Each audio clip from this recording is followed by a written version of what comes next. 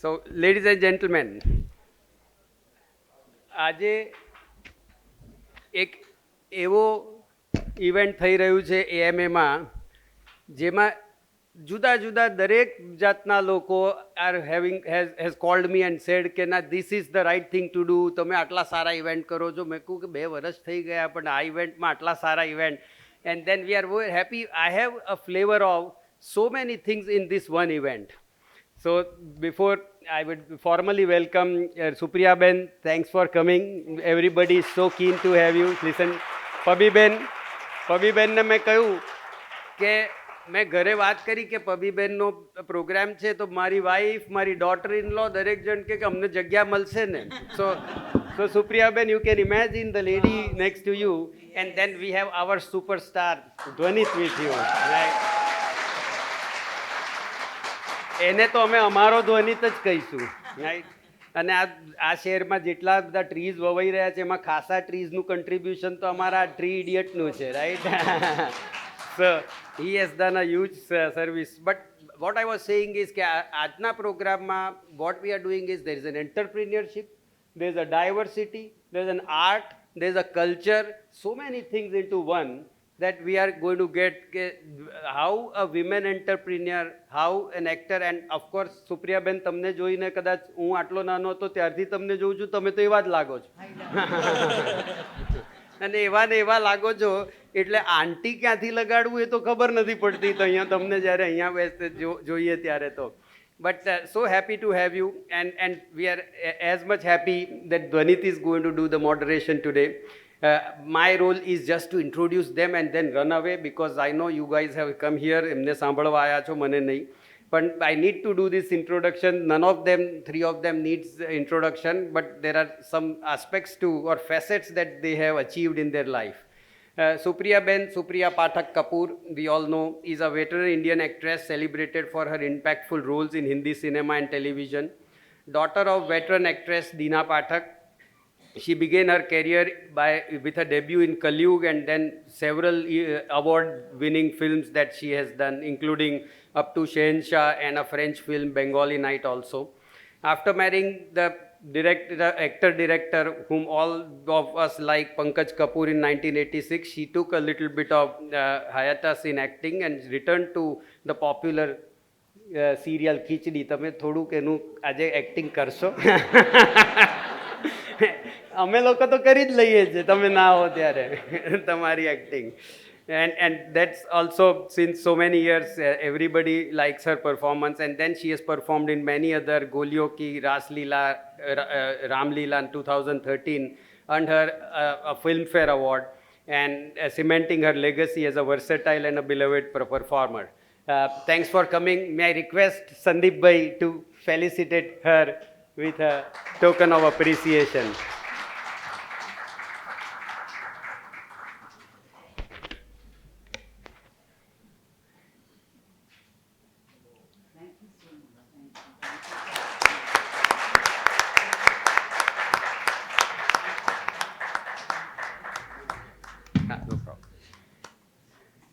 Pabi Ben Rabari, a visionary artisan, entrepreneur from a Rabari community, he turns cultural restrictions into innovation by creating Hari Jari art, a unique style blending tradition and modernity.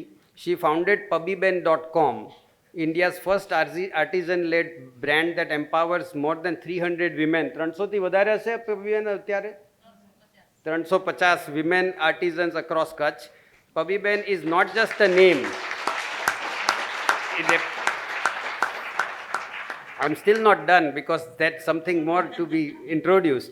It's not just a name, it represents resilience, creativity, and transformative power of women entrepreneurship.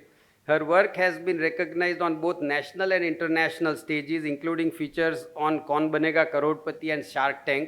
A lot of people told me in last 2 days only કે Shark Tank માં બી પદવીબેન તો, અને of course Kaun Banega Crorepati, inspiring countless other people in tradition.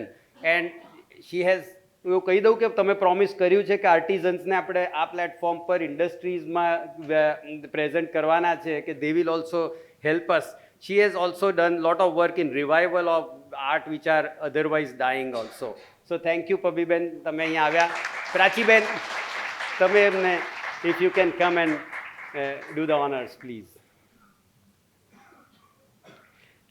સુપ્રિયાબેન, અમે આ bridge આપીએ છીએ એટલે so that we remain connected. That is what our ઉન્મેશભાઈ says. So that is our Atal bridge, and to remain connected. And of course, Dhwanit, I always call him a superstar of Ahmedabad. મારું introduction તો આપવું જ પડશે, તમે માગો કે ના માગો.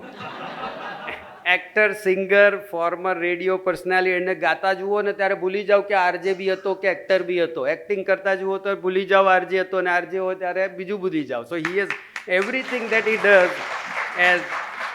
And he began his career as a radio host, Radio Mirchi 2003, winning a talent hunt despite having no formal training. Over 18 years, he has become a popular voice, producing jingles and hosting shows. He released his first music album, Majani Life, in 2009 and sung for several Gujarati films, including Kevi Rite Jaish, Montu Ni Bittu. As a writer, so now the fourth facet, as a writer, author also, he contributed columns in newspaper and published Gujarati book Morning Mantras in 2017. Morning Mantra તો એ ટાઈમે લોકો ગાડીમાં બેસતા હતા ખાસ, કે આ ટાઈમે જો ગાડીમાં બેસું તો મને મોર્નિંગ મંત્ર સંભળાય. એટલે ડ્રાઈવરને કે ઉભો રે 10 મિનિટ રહીને નીકળીએ છે. and I was one of them, honestly, Dhwanit. He debuted as an actor in Vitamin C and starred a Short Circuit and Petty Pack 2022. Dhwanit left radio 2021 to focus on creative pursuits, and we are waiting for some big bang creative thing to come up from him. Thanks again, Dhwanit. And may I request sun temple. તમને bridge તો તમે તો અમારા connected જ છો, bridge નહીં તમને sun temple. Gopiben please.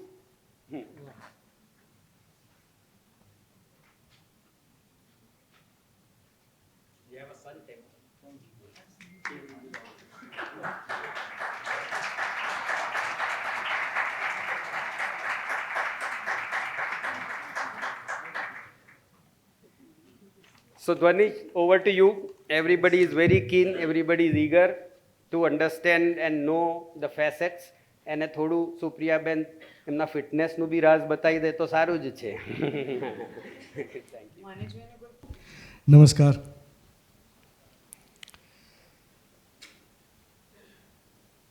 સ્ત્રીઓને પુરુષો જેટલા જ અધિકારો હોવા જોઈએ, આ વાક્ય ખોટું છે. ખોટું એટલા માટે કે આ વાક્ય પુરુષને સંદર્ભમાં રાખીને કહેવાયું છે. સ્ત્રીને પુરુષ જેટલા જ અધિકારો આપવાની વાત કરવામાં પુરુષને અપાયેલા અધિકારો જાણે પ્રથમ હક હોય એમ લાગે છે. જેટલા પુરુષને છે એટલા હક સ્ત્રીને પણ હોવા જોઈએ એવું કહીને આપણે મેન ફર્સ્ટ અને વુમન સેકન્ડ એવું સાબિત કરીએ છીએ. આ ખોટું છે. પુરુષને ધ્યાનમાં રાખીને સ્ત્રીના અધિકારની વાત ન હોય. આ વાક્યનું સાચું સ્વરૂપ છે સ્ત્રી અને પુરુષને સમાન અધિકાર છે. એક પ્રશ્ન મારા મનમાં કેટલાય વર્ષોથી ઘૂંટાયા કરે છે. જેમ સ્ત્રીને મિસ અને મિસિસ એમ બે વર્ગમાં વહેંચી દેવામાં આવે છે, એવી રીતે પુરુષને કેમ નહીં? સ્ત્રીને પોતે મેરિડ કે અનમેરિડ તરીકે ઓળખ આપવી પડે, જ્યારે પુરુષને નહીં. સ્ત્રીનો સૌથી સારો મિત્ર કોણ? એકવાર મારા વિજ્ઞાન પ્રેમી મિત્ર સમીર શુક્લ સાથે આ ચર્ચા થતી હતી અને એમણે સરસ વાત કહી હતી. એમણે કહ્યું હતું, science is a woman's best friend. વિચારી જુઓ, વિજ્ઞાને શોધ કરી વોશિંગ મશીનની અને ચોકડીમાં બેસીને અથવા તો નદીએ કપડાં ધોવાની ઝંઝટ ગઈ. સાયન્સે શોધ્યું વોટર પ્યોરિફાયર અથવા તો પાણી ખેંચવાની મોટર, સબમર્સિબલ પંપ જેનાથી પાણી ઉલેચીને ભરવાનો થાક ગયો. સાયન્સે શોધ્યો કુકિંગ ગેસ અને ચૂલો ગયો, પ્રાઇમસ ગયો. સાયન્સે આપ્યું મિક્સર, ગ્રાઇન્ડર, ઘરઘંટી, રેફ્રિજરેટર, જે ખરા અર્થમાં માનવ જીવનને એમ્પાવર કરે છે અને એમાં મહિલા માટે જીવન થોડું સરળ ને સુગમ થાય છે. એન્ડ ફોરગેટ કિચન અપ્લાયન્સીસ, રસોડાની વાત જવા દઈએ. Let's talk about sanitary napkins, એ પણ સાયન્સની દેન છે. Talk about contraceptives, birth control pills, એ પણ સાયન્સ છે. ટોક અબાઉટ બ્યુટી પ્રોડક્ટ્સ, એ પણ સાયન્સની ગિફ્ટ છે. આજના જમાનામાં ઇન્ટરનેટ, ફેસબુક, ઇન્સ્ટાગ્રામ, ટ્વિટર, આ બધું જ જેના પર સ્ત્રી સ્વતંત્ર અભિવ્યક્તિ કરે પોતાના ભાવ અને વિચારોને પહોંચાડે, એને જ્યાં પહોંચાડવા હોય ત્યાં, એ પણ સાયન્સ જ છે. A woman's best friend is science. બસ એક વાતે આ વિજ્ઞાન દોસ્તી નિભાવતું નથી. It does not stop rape. હજી સુધી રેપ અટકાવી શકાય એવું કંઈ વિજ્ઞાન તરફથી આવ્યું નથી. જે દિવસે સાયન્સ એવી શોધ કરી નાખશે કે બળાત્કાર અટકી જાય, એ દિવસે ખરા અર્થમાં વિજ્ઞાન આ દુનિયાના દરેક માનવનો બેસ્ટ ફ્રેન્ડ સાબિત થશે.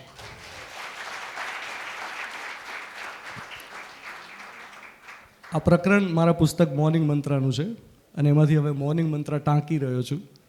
છોકરી થઈને પણ આવી શરૂઆત ધરાવતું દરેક વાક્ય બોલાતું બંધ થઈ જાય તો?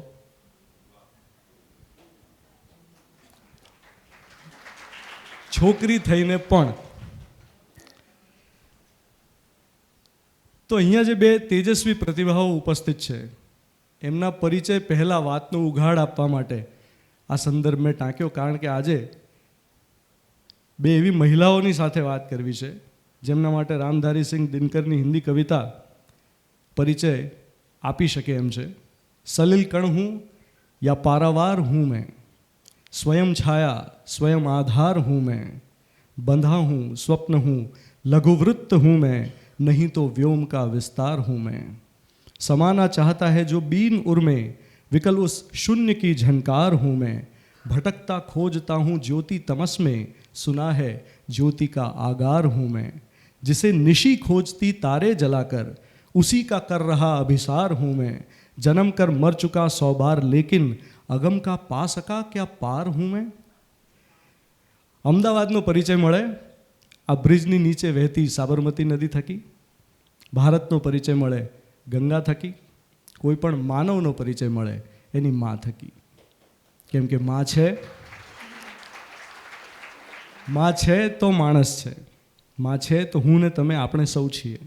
અહીં ઉપસ્થિત બંને પ્રતિભાઓનો પરિચય આજે જરા જુદી રીતે, અત્યાર સુધી ન મળ્યો હોય એ રીતે એમની માતા થકી આપું તો. કચ્છના એક ગ્રામીણ મહિલા તેજુબેન, મુન્દ્રાનું એક નાનકડું ગામડું જેમાં ઘેટા બકરા ચારવાનો વ્યવસાય કરતા એક વ્યક્તિના પત્ની તેજુબેન. એમને 2 દીકરીઓ છે, ત્રીજું સંતાન આવવાનું છે. 7મો મહિનો ચાલી રહ્યો છે. ઘેટા બકરા ચારનાર પતિ એક કૂવામાંથી પાણી સિંચી રહ્યા છે. કૂવો જૂનો છે, પગ લપસે છે અને તેમનો દેહાંત થાય છે. દીકરી પાબી 5 વર્ષની હતી ત્યારે પિતાનું છત્ર ગુમાવ્યું. જે ખભે બેસીને દુનિયા જોવાના દિવસો હોય એ ઉંમરમાં પરિવારનો ખભો બનવું પડે ત્યારે એક નાની બાળકીની મનસ્થિતિ તો કલ્પી જુઓ.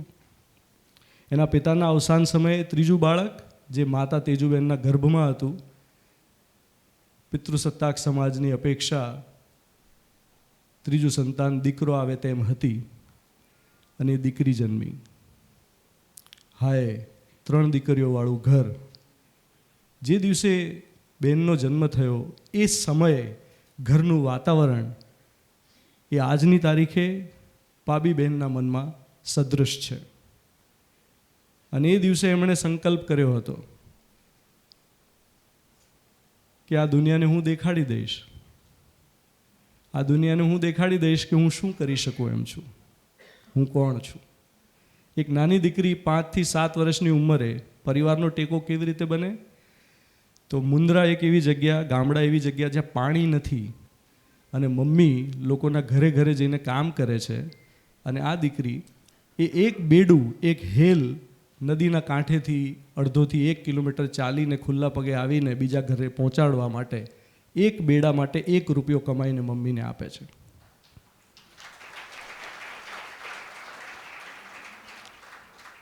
એ દીકરી મોટી થઈને ક્યારે એના મનમાં એ ભાર નથી રહ્યો કે મારા માતા પિતાનું છત્ર નથી, કે મારા કોઈ ભાઈ નથી, મને પુરુષો મદદ કરશે કે કેમ.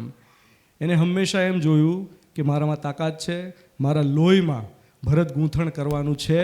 અને 7 થી 14 વર્ષની ઉંમરે જ્યારે કોઈ એને ભરત ગૂંથણ કરતાં શીખવ્યું નથી, એ જાતે જ શીખીને મનમાં એવું નક્કી કરે છે કે આ સમાજમાં એક નિયમ છે કે દીકરીએ પોતાનું દહેજ જાતે જ લઈ જવું પડે, એટલે કે ભરત ગૂંથણ કરેલું કાપડું લગ્ન પછી એણે જાતે જ આ નિયમ હું તોડીશ અને હું કોઈક ધંધો કરીશ જેમાં આ જે કળા છે એ દુનિયાના ખૂણે ખૂણે ગાજે.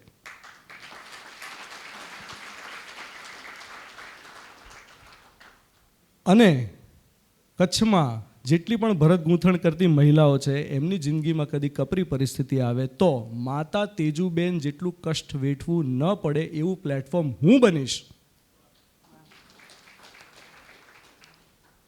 તો પાબીબેન, જેમનો પરિચય તમે મેળવ્યો કે અમિતાભ બચ્ચન પણ જેમની સામે નમસ્કાર કરે અને કેબીસીમાં એમને બોલાવે, એમની સાથે સંવાદ કરે, અને હોલિવૂડની ફિલ્મોમાં પણ એમના પાબી બેગ્સ પ્રચલિત છે. ખૂબ બધી એમ્બ્રોઇડરી કરેલી બેગ્સ અને મુખ મુદ્રાથી ભલે ગંભીર લાગે પણ એ ખૂબ રસાળ વાતો કરે છે. હમણાં તમારા સુધી પહોંચી જશે થોડી વારમાં. સુપ્રિયાબેન વિશે શું વાત કરશું? તમે સાંભળ્યું હશે કે વડના છાંયડામાં આમની વાત કર્યા પછી મારી વાત ન કરો તો જ સારું. તમે સાંભળ્યું હશે કે વડના છાંયડામાં કોઈ બીજા છોડને દરજ્જો ના મળી શકે, પણ એક વટવૃક્ષ એવું કે જેમની છાયામાં અનેક પ્રતિભાઓ પાંગરી. દીના પાઠક 1950માં તેઓ અમદાવાદ આવ્યા અને ગુજરાત વિદ્યાસભાના નાટ્ય વિદ્યા મંદિરમાં નાટ્ય શિક્ષિકા તરીકે જોડાયા. 1952માં તેમણે નટ મંડળની સ્થાપના કરી અને તેના નાયબ નિયામક બન્યા. 1957 સુધી અમદાવાદમાં રહ્યા. એ દરમિયાન વિરાજ વહુ, લોકશત્રુ, મેના ગુર્જરી, મિથ્યાભિમાન વગેરે નાટકોમાં કામ કર્યું અને કેટલાક નાટકોનું દિગ્દર્શન પણ કર્યું. નાટકના મંચ પર તેમનું ઓજસ એ ગ્રીન રૂમના અરીસાની આસપાસ ઝળહળતી રોશની જેવું બમણું હતું. એ હતા દીના પાઠક, જેમણે મેના ગુર્જરી નાટકથી અનેકોને પ્રભાવિત કર્યા. અને એ નાટક જ્યારે ફરી કરવાનું આવ્યું ત્યારે મેનાનું પાત્ર દીકરી સુપ્રિયાને સોંપ્યું.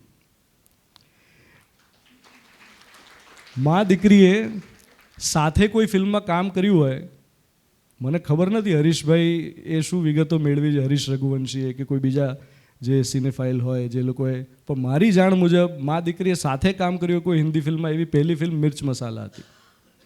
એના પછી બીજી ઘણી બધી ફિલ્મો આવી જેમાં બીજા મા દીકરીએ સાથે કામ કર્યું હોય, અને એમાં કદાચ મારી જાણ મુજબ તો આવું જ છે. બંને દીકરીઓ એમની જે છે દીના પાઠકની, રત્ના પાઠક અને સુપ્રિયા પાઠક, બંનેને ખૂબ સહકાર, પ્રોત્સાહન, સાચી દિશામાં વાળ્યા અને જ્યારે જરૂર પડે ત્યારે ટીકા પણ કરી. તો સુપ્રિયાબેન, સૌથી પહેલાં આપણે મમ્મી પ્રેન્યોરની વાત કરીએ. તમારા મમ્મીએ એ જમાનામાં સાહસ કર્યું જ્યારે સ્ત્રીઓ અભિનય ક્ષેત્રે ખૂબ જૂજ, ભવાઈમાં એમણે કામ કર્યું, સ્વાતંત્ર્ય સંગ્રામમાં કામ કર્યું, ઇપ્ટામાં આટલું બધું એમની જે વિચારસરણી હતી એ રાજકારણીઓ સાથે પણ બેઠા, સાહિત્યકારો સાથે પણ બેઠા, કલાકારો સાથે પણ બેઠા, અલગ અલગ માધ્યમો. ફિલ્મો તો એમણે ઘણા લાંબા સમય સુધી ટાળી અને પછી એક સમય એમણે ફિલ્મોમાં પણ કામ કરવાનું પસંદ કર્યું. તો ગુજરાતનું સૌથી સફળ નાટક જેને કહેવાય એ પણ એ વખતે એમણે બનાવ્યું. આમ જોવા જઈએ તો દરેક મમ્મી ઓન્ટરપ્રેનર હોય છે, બરાબર, પણ દીકરીની દૃષ્ટિએ તમે તમારી માતાની આ જે આંટીપ્રેન્યોરશિપ છે, મમ્મી પ્રેન્યોરશિપ છે, ઓન્ટરપ્રેન્યોરશિપ છે, ઉદ્યોગ સાહસિકતા, એના વિશે શું કહેશો?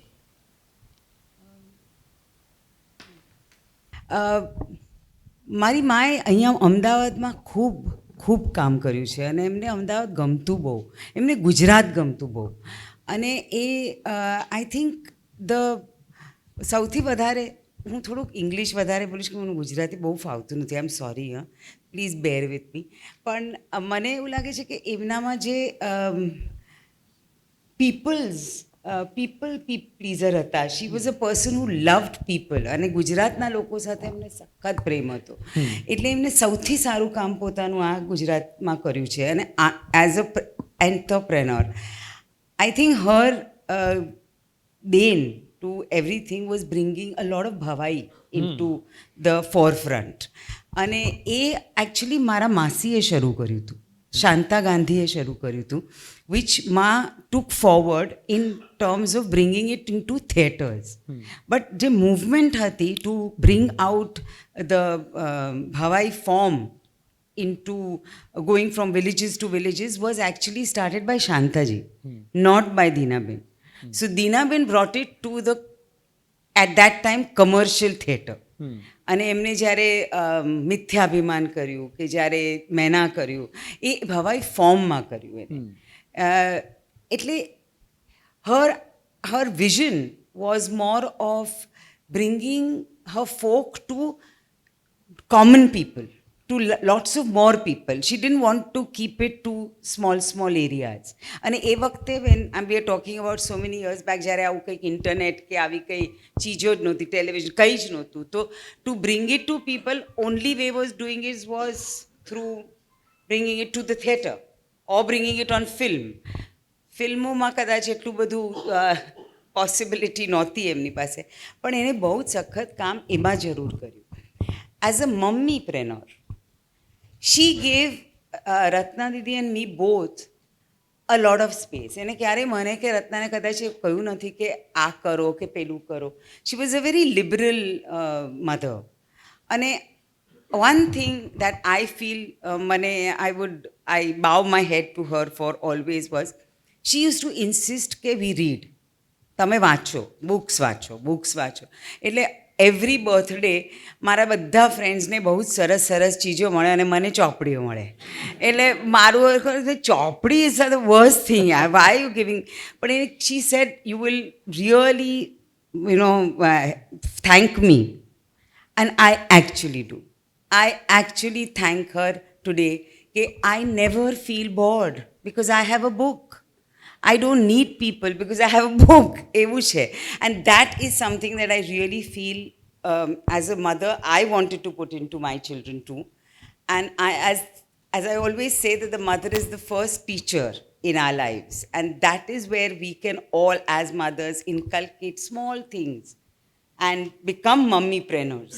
Because આપણે એક નાની ચીજો આપણા બાળકોને, અને I would say this more to the younger mothers, you still have a chance. The older ones have lost it, I think. But the younger mothers still have a chance to inculcate, જેવું તમે કહ્યું ને કે તમે રેપની વાત કરી. આપણે આજે, if a young mother who's just going to have a baby starts off by explaining the importance of women, importance of everything to a young child, and showing it will make a difference sooner or later. Absolutely. એટલે એક પરિવારની પૂરી જવાબદારી છે કે ઘરમાં જો સ્ત્રીઓ સાથે બિલકુલ એક રિસ્પેક્ટ, મર્યાદા, કેવી રીતે વાત કરવી, જો એટલું પણ જો એક પિતા ડેમોન્સ્ટ્રેટ કરી શકે તો એ પુત્રમાં આપોઆપ આવે. જો એ પિતા એ મહિલાને એટલે એમની પત્નીને ઉતારી પાડતા હશે તો પછી એ આગળ પાસ ઓન થવાનું છે અને પછી એ સમાજમાં રિફ્લેક્ટ થશે. એબ્સોલ્યુટલી. પાબીબેન, તમારી શરૂઆતની જિંદગીમાં તમે જે સંઘર્ષ કર્યો, મેં જે વાત કરી એમાં 5 વર્ષની ઉંમરે તમે 7 વર્ષની ઉંમરે તમે જે મનોસ્થિતિમાંથી પસાર થયા, અને તમારી સાથે મારી જેટલી પણ વાત થઈ છે એમાં હું જેટલું ગ્રહણ કરી શક્યો છું, બહુ ઓછા આવા મહિલાઓ હોય છે કે જેમનું ખમીર આટલું મજબૂત હોય, આટલી કઠણ, એક એમ કહેવાય કે ક્યારેય હું ડગીશ નહીં, ક્યારેય હું હટીશ નહીં, હું બીજા માટે ધ્રુવ તારકનું કામ કરીશ, હું બીજા માટે દીવાદાંડીનું કામ કરીશ. આવી માનસિકતાવાળી મહિલાઓ એમાં તમે મોખરે છો એમ. તો એ વખતની જરા વાત કરો ને કે શું તમારા મનમાં શું ચાલતું હતું, તમે શું સંકલ્પ કર્યા હતા તમારા જે સંઘર્ષમાં, આર્થિક સંઘર્ષનો જે સામનો કરવો પડે એ વખતે તમારા મનમાં શું સંકલ્પો હતા?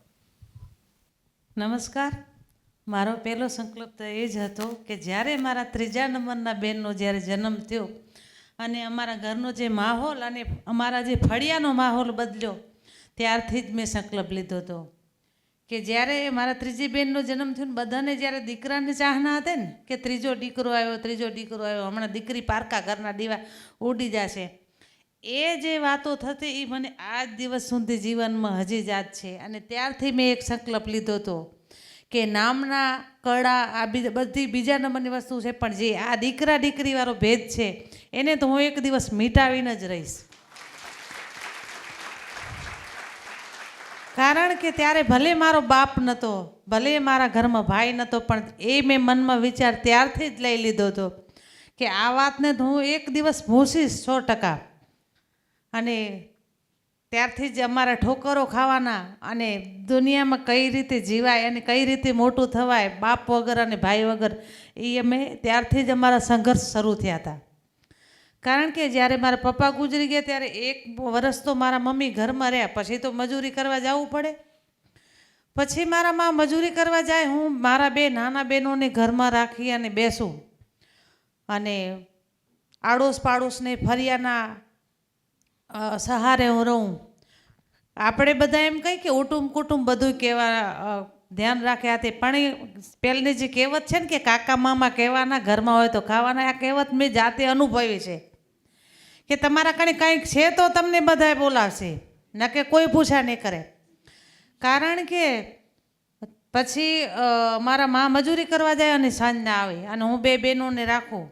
ગામડામાં 4 ધોરણ સુધી અભ્યાસ હતો અમારા ગામમાં કરવાનો, તો અમે 4 બહેનો ત્યાં 3 બહેનો 4 ધોરણ સુધી ભણવા ગઈ. અને સાથે સાથે જે ભરત ગૂંથણ છે એ મને 7 થી કરી અને 13 વર્ષની ઉંમરે આવી ગયું હતું. તો ભરત અમે પોતાનો પહેરવા માટે ભરતા. પછી અમારામાં એક રિવાજ હોય કે દીકરી કરિયાવરમાં ભરત લઈ જાય, અમે જાતે ભરીએ. કારણ કે મારા માને તે શીખવાડવાનો મોકોય નહોતો મળ્યો કારી મજૂરી કરવામાં. અને ભરત ભરવાનું શીખી લીધું. ભણતરનું જ્યારે 4થું ધોરણ હતું ને ત્યારે મને ભણતરનું મહત્ત્વ સમજાણું કે ભણવું જોઈએ. ત્યારે મેં કીધું મારે ભણવું છે, બાજુમાં ભદ્રેશ્વર ગામડું છે ત્યાં ભણવા મૂકો ને. ત્યારે મારા માએ મને સવાલ કીધો હતો કે બેટા તને ખબર છે હું તમને મોટા કઈ રીતે કરું? તમે ત્યાં ભણવા તો જાશો પણ ત્યાં જવા માટે મારા પાસે તો રિક્ષા ભાડું નથી. જે તમારા ભાગનું હતું તમને ભણતર મળી ગયું, બાકી હવે તમે કામ કરો. પછી ભણવાનું મૂકી દીધું અને માનો સહારો બનવાનું શરૂ થયું ત્યારથી. પછી આજે તો આટલી બધી ટેકનોલોજી છે પણ એ સમયમાં ટેકનોલોજી નથી. નાના નાના વેપારીઓ, નાના નાના સંસ્થાઓ એ અમારા ગામડાની અંદર બહેનોને પ્રોત્સાહન દેવા માટે, કામ દેવા માટે આવતા અને એવી બહેનોને કહેતા કે આટલું સરસ તમારામાં ટેલેન્ટ છે તો તમે પગભર ઊભા રહો. તો અમે પોતાના કરિયાવરનું ભરત ભરતા, સાથે સાથે પોતાના પેટ માટે, પોતાના ગુજરાન માટે એ લોકોને ભરીને આ સરસ સારા સેમ્પલો ભરીને આપતા. પણ ત્યારે એ સમયે મારા મનમાં એક વિચાર આવતો કે આ લોકોને ભરત ભરીને અમે આપી છે, આવું અમે પણ કરીએ તો ભલે ને હું એક ગરીબ ઘરમાં મોટેથી હતી. અને મનમાં બીજો પણ એ સમયે વિચાર આવતો કે અમારા કણે આ લોકો જે કામ કરાવી જાય છે ક્યાંક અમને નામ ના આપે તો અમને કામ કરવાનો કેવો ઉત્સાહ વધે. પણ એ કહી ન શકતા, જો કહીએ તો અમને કોઈ કામ ના આપે. અમે સરસ ભરત ભરીને આપીને કોઈને આપી દઈએ. એના પછી જે લોકો અમારા ગામડાની અંદર સરકારે મૌખિક નાની મોટી મિટિંગો કરતી ને શીખવા જવાનો મને બહુ શોખ. એ હું શીખું ને તો લોકો પાછળ વાતો કરે. આજે ભણેલી દીકરીઓ ઉપર એ વાતો થાય અને અમારા સમયમાં એ વાતો થતી. વાતો કેવી કરે, કોની જોડે બેસે છે, ક્યાં જાય છે, શું કરે છે. આનાથી મારા અભણ માને ડર લાગે. એક વખત તો મારા મા રોઈ પડે કે બેટા તો શીખવા જાય, પાછળ લોકો કેવી વાતો કરે. અને વાતો કેવી કરે ખબર છે? કારણ કે અમારા ઘોડિયા સગ પણ થઈ ગયા હતા, મારા વર સુધી પણ વાતો પહોંચાડી દે. એ કે આ છોકરીને લગ્ન કરીને તું લઈ જા, આ તારા રોટલા નહીં ઘડે, તારું ઘર નહીં વસાવે. આના કારણે મારા મા એક વખત રોઈ પડ્યા. એ કે બેટા આપણા કિસ્મતમાં હશે એ આપણને રોટલો મળશે, પણ તું આ શીખવાનું મૂકી દે. ત્યારે મેં મારા માને જવાબ આપ્યો હતો કે માં હું એવું ક્યારેય કામ નહીં કરું કે મારા થકી તમારે નીચું જવું પડે. મનમાં દુઃખ લાગતું કે આ લોકો શું કામ મારી પાછળ આટલી વાતો કરે. અને બીજું મેં મારા જીવનમાં એ અનુભવ્યું હતું કે જો તમે પોતે મનથી મજબૂત નથી તો લોકો જે ઘરમાં બાપ નથી, જે ઘરમાં ભાઈ નથી, આવા ઘરની દીકરીને વાત કરવામાં પહેલાં ટાર્ગેટ કરે. પણ આ બધી વાતો ઉપર મેં ક્યારેય ધ્યાન નહોતું આપ્યું. મેં એક જ વસ્તુ ઉપર ધ્યાન આપ્યું હતું કે મારી બે નાની બેન છે, મારા ઘરમાં માં છે, માનો સહારો બનવો છે અને મારે કંઈક કરવું છે. મારી માનો સહારો બનવો છે અને મારે કંઈક શીખવું છે. આ મારો નાનપણથી એક સંકલ્પ હતો. ખૂબ સુંદર. તો તમારી યાત્રામાં તમારા પતિનો સરસ સહયોગ રહ્યો, કારણ કે જ્યારે એ વાત લોકોએ એમના કાને પહોંચાડી કે તારી પત્ની એ તારા રોટલા નહીં ઘડે, ત્યારે એમણે શું જવાબ આપ્યો હતો એ પણ તમે કહો, કારણ કે એ પણ બહુ મહત્વનો જવાબ છે કે એમણે એ લોકોને શું કહ્યું હતું. કારણ કે સાસરા પક્ષનો મોટો મારા પ્રત્યે સહારો છે. કારણ કે મારા સસરાના ઘરમાં આ લોકો 4 ભાઈ અને 1 બેન અને મમ્મી પપ્પા, પૂરો પરિવાર અભણ હતો. એક જ મારા પતિ 7 ધોરણ ભણેલા હતા. પણ છતાંય મને એ લોકોએ ક્યારેય એમ નહોતું કહ્યું કે આ દીકરી શું કામ કરે છે, શું શીખે છે. ક્યારેય મને ટોર્ચર નહોતું કર્યું અને ક્યારેય મને ઠપકો પણ નહોતો આપ્યો. અને મારા પતિ સુધી જે લોકો વાતો પહોંચાડી દેતા ને કે આને પરણીને લઈ જા, ત્યારે મારા પતિએ એ લોકોને એ જ જવાબ આપ્યો હતો કે એ ભાગી જશે તો હું તમને ઠપકો દેવા નહીં આવું, એ મારા રોટલા નહીં ઘડે તો હું તમને કહેવા માટે નહીં આવું. સૌથી પહેલાં પરિવારમાં મારા પહેલા નંબરમાં મારા મા અને બીજા નંબરના મારા પતિ છે, એમને મને સૌથી વધારે સપોર્ટ કર્યો હતો. તાળીઓના જે હકદાર છે અહીંયા જ છે, એમને હું વિનંતી કરું ઊભા થાય.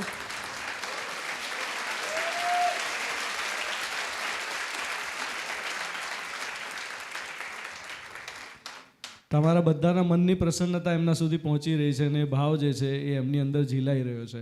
પાપીબેન, બહુ સરસ વાત કરી આપે. હવે સમાજે જે ભરતકામ પર પ્રતિબંધ મૂકેલો એનો આપે કેવી રીતે ઉકેલ શોધ્યો, એ જરા એ મડાગાંઠ કેવી રીતે ઉકેલી તમે? સમાજે મારા જે જૂના ભરત ગૂંથણ હતું એકદમ સરસ હતું, એના ઉપર પ્રતિબંધ મૂક્યો. એના પાછળ એક પણ કારણ હતું કે અમારામાં એક પહેલેથી રિવાજ છે કે દીકરી કરિયાવર પોતે ભરત ભરી અને લઈ જાય તો દરેક ઘરમાં ભરત ભરાતું હતું. પણ આજે શિક્ષણની હરીફાઈ છે ને, અમારા સમાજમાં પહેલે ભરતની હરીફાઈ હતી. ભરતને કારણ કે દીકરીઓ ભણવા ન જતી, પણ ભરતમાં એવું હતું કે આનાથી વધારે હું લઈ જાઉં કરિયાવરમાં તો મારી વાહવાહી થશે, આનાથી સારું હું ભરું તો મારી વાહવાહી થશે. આટલું બધું દીકરીઓ ભરત ભરતી, પણ એક અંદર ખામી કઈ હતી કે એમને જે જોઈએ એ ભરે, ન જોઈએ એ ભરે. એટલે આ ભરત ભરવામાં દીકરી બાપના ઘરે 35 વર્ષની થઈ જાય અને એના લગ્ન ભલે વહેલા થઈ ગયા હોય, પણ જ્યાં સુધી એનું કરિયાવરનું ભરત ન ભરાઈ રહે ત્યાં સુધી એને સાસરામાં મૂકવા ન આવે. અને બીજી એક વાત એ હતી કે જે પૈસાદાર બાપને દીકરી છે એ ઓછો ભરત ભરે તો એનો બાપ ક્યાંક પૈસા આપીને ભરાવી લે છે, અને જે ગરીબ ઘરની દીકરી છે એની 5-7 દીકરી છે તો એને પેટનું કરવું કે આ દીકરીઓનો કરિયાવરનું કરવું, તો આ બે સમસ્યાઓ મોટી હતી. આ જ્યાં સુધી એનું કરિયાવર તૈયાર ન થાય ત્યાં સુધી દીકરી સાસરામાં મૂકવામાં ના આવે. તો અમારા સમાજે 1995માં એક બંધારણ નાખ્યું એ કે આવું આપણે દીકરીનું કરિયાવર ને આવું ભરત જોતોય નથી કે દીકરીની જિંદગી બરબાદ થાય. 35 વર્ષ સુધી દીકરી બાપના ઘરે રહે, એના પછી સાસરે જાય. અને એમાં તો ઘણા બધી સમસ્યાઓ સામે આવી. અમુક દીકરીઓ 35થી વધારે મોડી ઉંમરમાં સાસરે જાતી તો એના બાળકો ન થતા, કાં બાળકો ખોટખાપણવાળા થતા. સામેવાળા વ્યક્તિ કણ ગમે એટલા રૂપિયા હોય પણ રોટલા ઘડનાર ન હોય તો શું કરે? એટલે એ બંધારણ સમાજે જ્યારે કર્યું ને ત્યારે અમને મહિલા, કારણ કે ભલે અમારી સમાજમાં બહેનો અભણ હતા પણ કોઠાસૂઝ બહુ હતી, ત્યારે સમાજની બહેનોને એક એવો અમને વિચાર આવ્યો કે સમાજે બંધારણ કર્યું, સમાજ વિરોધ ન જવાય ક્યારે. તો એના સામે એવું ને એવું સરસ લાગે એવું શું કરીએ?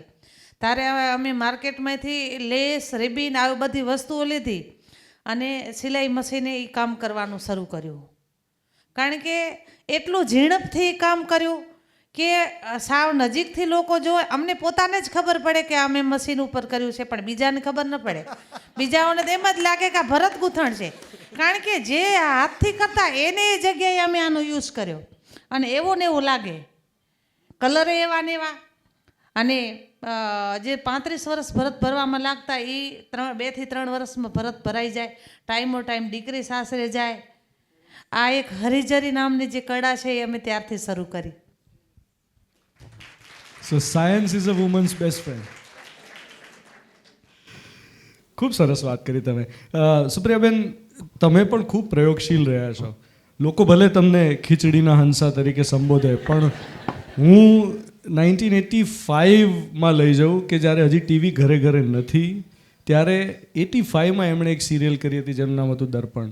86માં તમે સિરિયલ કરી જેનું નામ હતું ઇધર ઉધર, અને ઇધર ઉધર તો ફરી પાછી એનો પાર્ટ 2 પણ બન્યો હતો. અને તમે ફિલ્મો કરી, પણ એ વખતે જ્યારે ટીવી નવું માધ્યમ હતું તો તમને એમ ના થયું કે હું ફિલ્મો કરું છું તો હું ટીવી ન કરું? અને નાટકો પણ કર્યા. અને મને યાદ છે, હું બાળક તરીકે મારું સુપ્રિયાબેનને મેં કેવી રીતે જોયા છે ટીવીમાં. જિંદગી નામની એક સિરિયલ આવતી અને જેમાં તમે સ્ત્રીઓના અધિકારો વિશેની, સદાશિવ અમરાપુરકર હતા, શર્મિલા ટેગોર હતા, અને મને એનું મ્યુઝિક પણ બરાબર યાદ છે. એમાં આલાપ આવતો એક એના જિંગલમાં. સો તમે ખૂબ પ્રયોગો કર્યા છે. હા પણ જેવું અમારે માટે ટેલિવિઝન એક બહુ જ ઇન્ટરેસ્ટિંગ માધ્યમ હતું. ફિલ્મ હતી અને રેડિયો હતો, આ બે જ હતું. રેડિયોમાં મને રિજેક્ટ કરી નાખી હતી, એટલે હું ગઈ હતી ઓડિશન આપવા માટે, પણ એ લોકોએ કહ્યું કે તમારો અવાજ બરાબર નથી, એટલે મને કાઢી નાખી.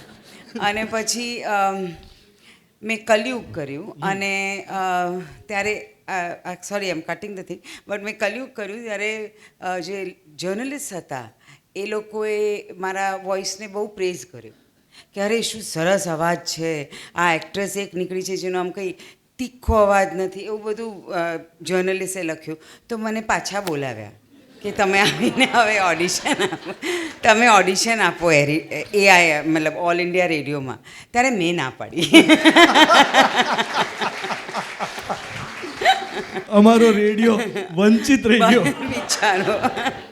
પણ એઝ આઈ વોઝ સેઇંગ કે એ જ અમારું એન્ટરટેનમેન્ટ હતું, અને અમારી પાસે ફિલ્મો હતી, અને એઝ એક્ટર્સ એ જ્યારે મેં શરૂ કર્યું ત્યારે ફિલ્મો જ હતી અને નાટક હતા. નાટકમાં તો પૈસા નહોતા, અને ઇન અ વે સમવેર થોડુંક સ્ટોરીમાં સેમ છે મારી અને પાવીબેનની, કે I lost my father also when I was 17. તો એક એવી ઉંમર હતી જ્યારે એક ફાધરની જરૂરત બહુ વધારે લાગતી હતી, એમની પ્રેઝન્સની. પણ આઈ લોસ્ટ હિમ, અને માય સિસ્ટર ઓલરેડી એનએસડીમાં હતા. તો ઇન અ વે માને થોડીક મદદ પણ કરવાની, ઘરમાં દે જોવાનું, પૈસા ક્યાંથી આવશે, એ બધા સવાલો ઉઠ્યા હતા. ત્યારે આઈ સ્ટાર્ટેડ વર્કિંગ.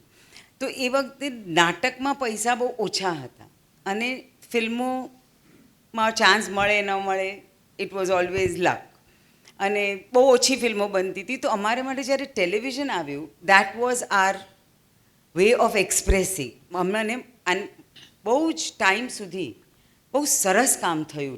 હવે આઈ વુડ સે કે હમણાં મને નથી લાગતું સરસ કામ થાય, પણ that's a different debate.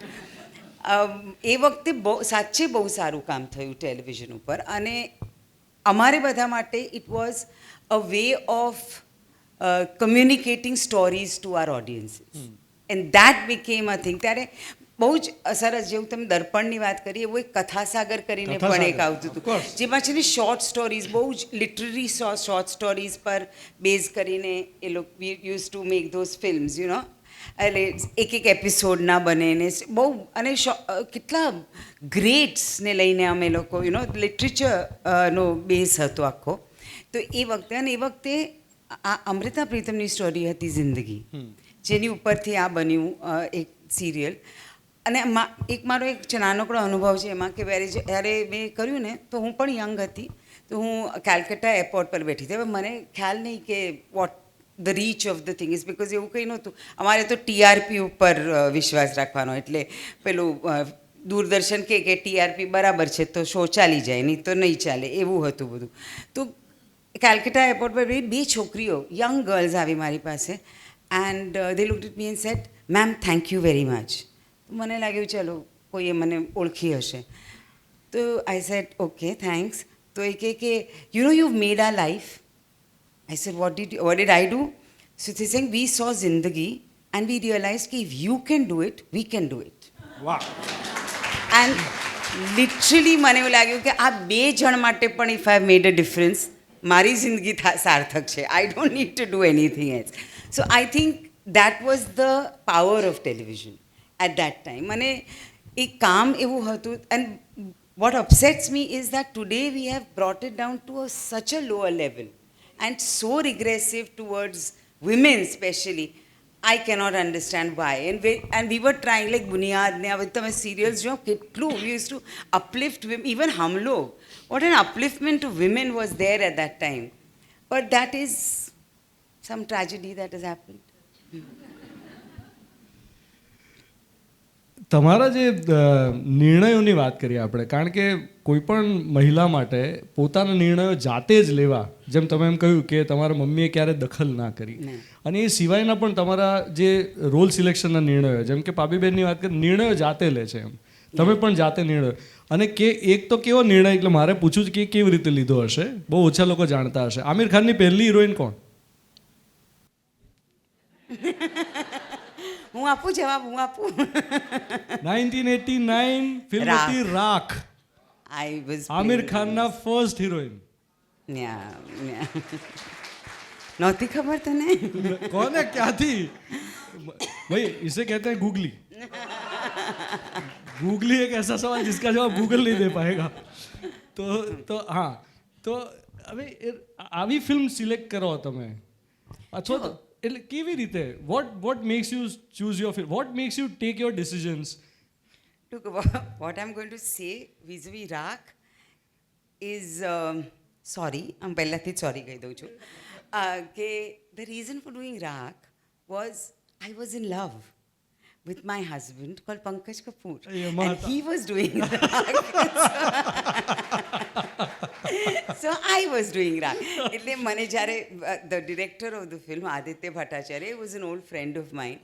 So when he said ke it was not a big role, it was a very small role and it was a very it was बहुत important role હતો but it was not a lengthy role. The story was about Amir and Pankaj. So basically, so when he offered me that, I at the time that it was offered, I was already a known actress and બધું કે આવા નાના role નહીં કરવાના ને એવું બધું હતું પણ इश्क बहुत बड़ी चीज़ है यार વાહ इंसान को बहुत चीज़ें करवाती है પણ આપણે એ સવાલનો હવે જે આખું ફિલોસોફિકલ પાસું છે કે એક સ્ત્રી માટે પોતાનો નિર્ણય જાતે લેવો કેટલો જરૂરી છે આજના સમયમાં હા બહુ જ જરૂરી છે આઈ થિંક બધા માટે અને આઈ ડોન્ટ કન્સિડર સ્ત્રી અને પુરુષ એઝ ડિફરન્ટ મારા હિસાબે બોથ આર ધ સેમ અને everybody has to take there on decisions કોઈની ઉપર આપણે છે ને કોઈને અલાવ કરે ને કે અરે આને લીધે મેં આ કર્યું એટલે you are blaming that person if it works well you will praise that person if you doesn't work તો it you blame that person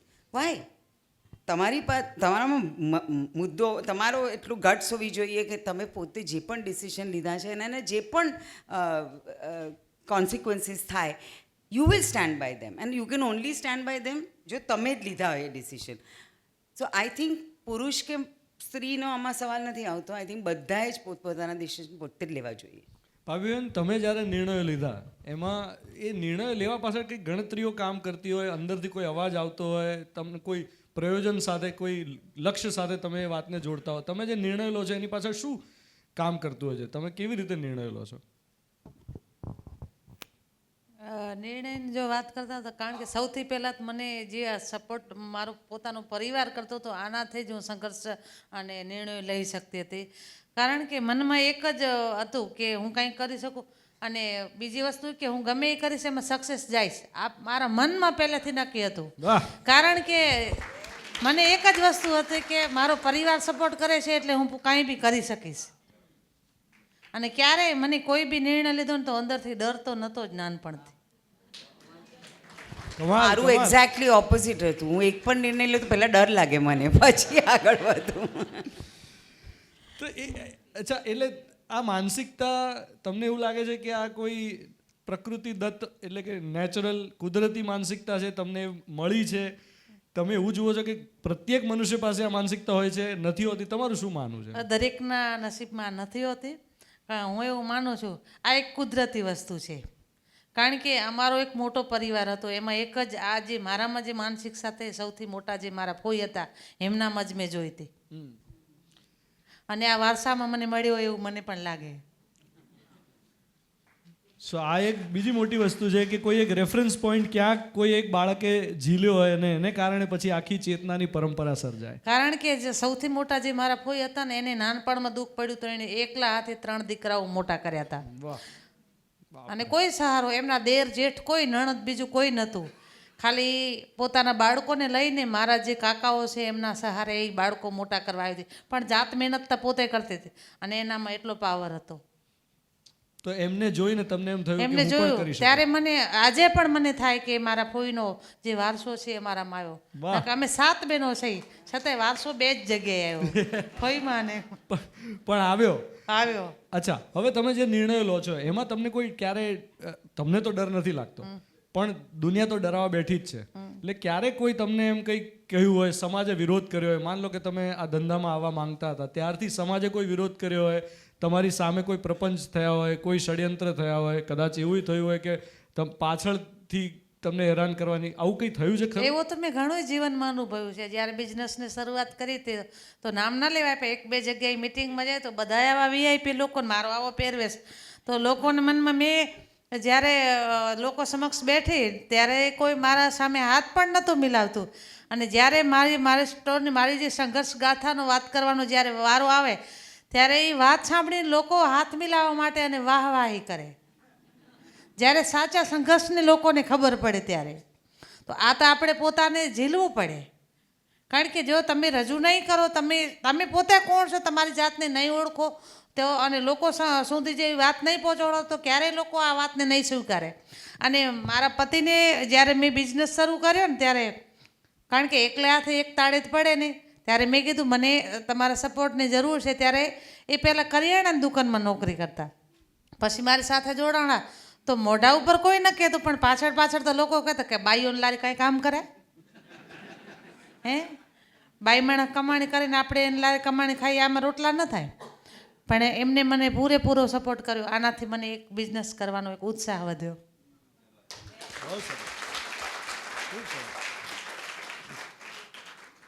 તો માની લો કે તમારે પહેલી વાર શહેરના લોકો સાથે બધું કામ કરવાનું થયું, એ વખતે કારણ કે તમે ગ્રામીણ પરિવેશમાંથી આવો છો અને શહેરી લોકોની સાથે, તો તમને વિશ્વાસ કેવી રીતે બેઠો આ કારીગર ક્લિનિક પર કે શહેરી લોકો પર?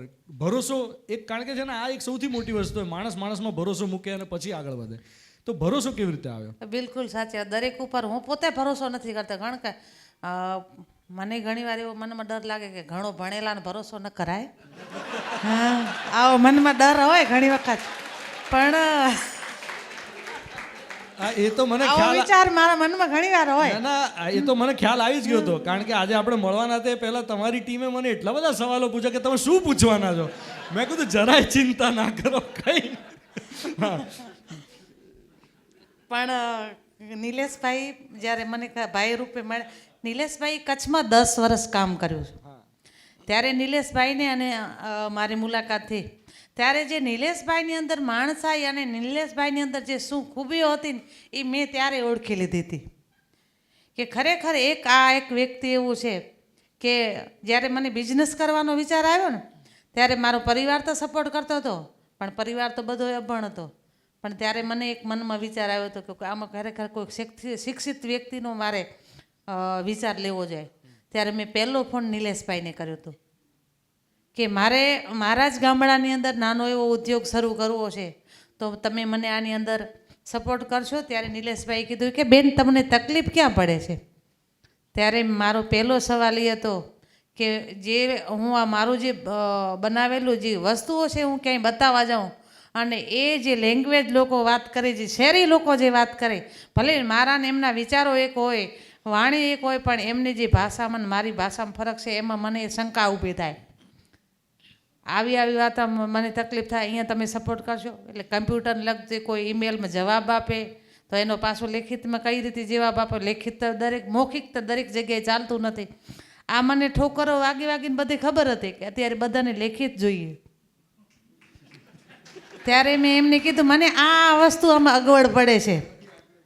ત્યારે એમણે કીધું કે ભલે કાંઈ વાંધો નથી, તમે તમારા ગામડાની અંદર બિઝનેસ શરૂ કરો, જ્યાં તમને તકલીફ પડશે ત્યાં હું બેન તમને સપોર્ટ કરીશ. ત્યારે મેં એમને, કારણ કે 10 વર્ષ કચ્છમાં રહ્યા ને ત્યારે એ મારી જોડે જે વાતો કરતા ને એ વાતો ઉપર મને વિશ્વાસ હતો કે આમનામાં કાંઈક તો સચ્ચાઈ છે. અને આમને આ ભલે શિક્ષિત વ્યક્તિ છે પણ આમને ગામડાના લોકો ઉપર માર્કેટ સુધી પહોંચે અને પોતે પગભર થાય આવું આમના મનમાં કાંઈક લગાવ છે. આ મને ત્યારે દેખાણો હતો. તો તાળીઓ થઈ જાય એમના માટે પણ. The Karigar clinic, Nileshbhai, thank you for supporting so many women two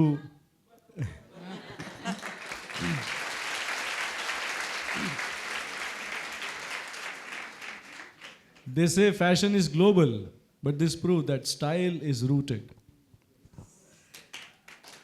તમારું આ જે પ્રોડક્ટ છે પાબી બેગ, એ નામ કોણે પાડ્યું? જો સાચી વાત કરતા હો તો એમને જ્યારે મેં 1, 2 ને ત્રીજું એક્ઝિબિશન કર્યું ગરવી ગુજરી, ત્યારે મારા ભલે હું ગ્રામીણ હતી પણ વિચાર તો તમારા જોડે મિલતા જ હતા. ત્યારે મેં જ્યારે એ એક્ઝિબિશન કર્યું ને ત્યારે મેં જોયું મારા જેવા હજારો ભાઈ બહેન એક્ઝિબિશનમાં ભાગ લેવા માટે આવ્યા હતા. ત્યારે મારે મનમાં એક વિચાર હતો કે મારે ખાલી પોટલા લઈને નથી ફરવું ભરત ગૂંથણનું. આ લોકો શું કરે છે, કઈ રીતે વેપાર કરે એ જુઓ તો કોઈના વિઝિટર કાર્ડ હતા, કોઈનું પોતાનું બ્રાન્ડ હતું, કોઈ ફેસબુકનો ઉપયોગ કરતું હતું, આ તે બધું કરતું હતું. ત્યારે એ એક્ઝિબિશનમાં મેં એ બધું ધ્યાન રાખ્યું. ભાઈઓ કઈ રીતે વેપાર કરે છે, બહેનો કઈ રીતે કસ્ટમર જોડે વાતચીત કઈ રીતે કરે છે.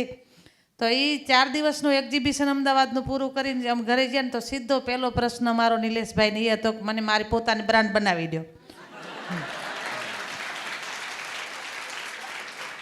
તો કારણ કે ભણેલા માણસો છે ને બહુ હોશિયાર હોય એને તારે એમણે કીધું ભલે કાંઈ વાંધો નથી બેન. ત્યારે બ્રાન્ડ તો એમણે બનાવી દીધી. પછી પણ પ્રશ્ન મૂક્યો મને કે બ્રાન્ડનું નામ તમારે તૈયાર કરવું પડે. મેં કીધું કાંઈ વાંધો નહીં. તો એમાં મેં મૂંઝવણમાં 3 મહિના કાઢ્યા. મનમાં એક જ વિચાર ફરે કે નામ મારે કોઈક એવું કે એમાં મારી કલ્ચર દેખાવું જોઈએ, મારી સંસ્કૃતિ, મારી કલા છે. આમાં કંઈક આપણે ગુજરાતી ગણપણ તો કંઈક દેખાવું જોઈએ ને કલાકારીનું.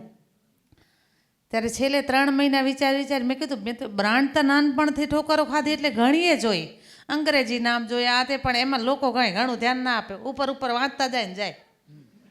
એટલે મેં છેલ્લે મેં કીધું ડિઝાઇનરોના નામની બ્રાન્ડ હોય, આ તે હોય, પણ કોઈ કારીગરના નામની બ્રાન્ડ મેં નથી જોઈ.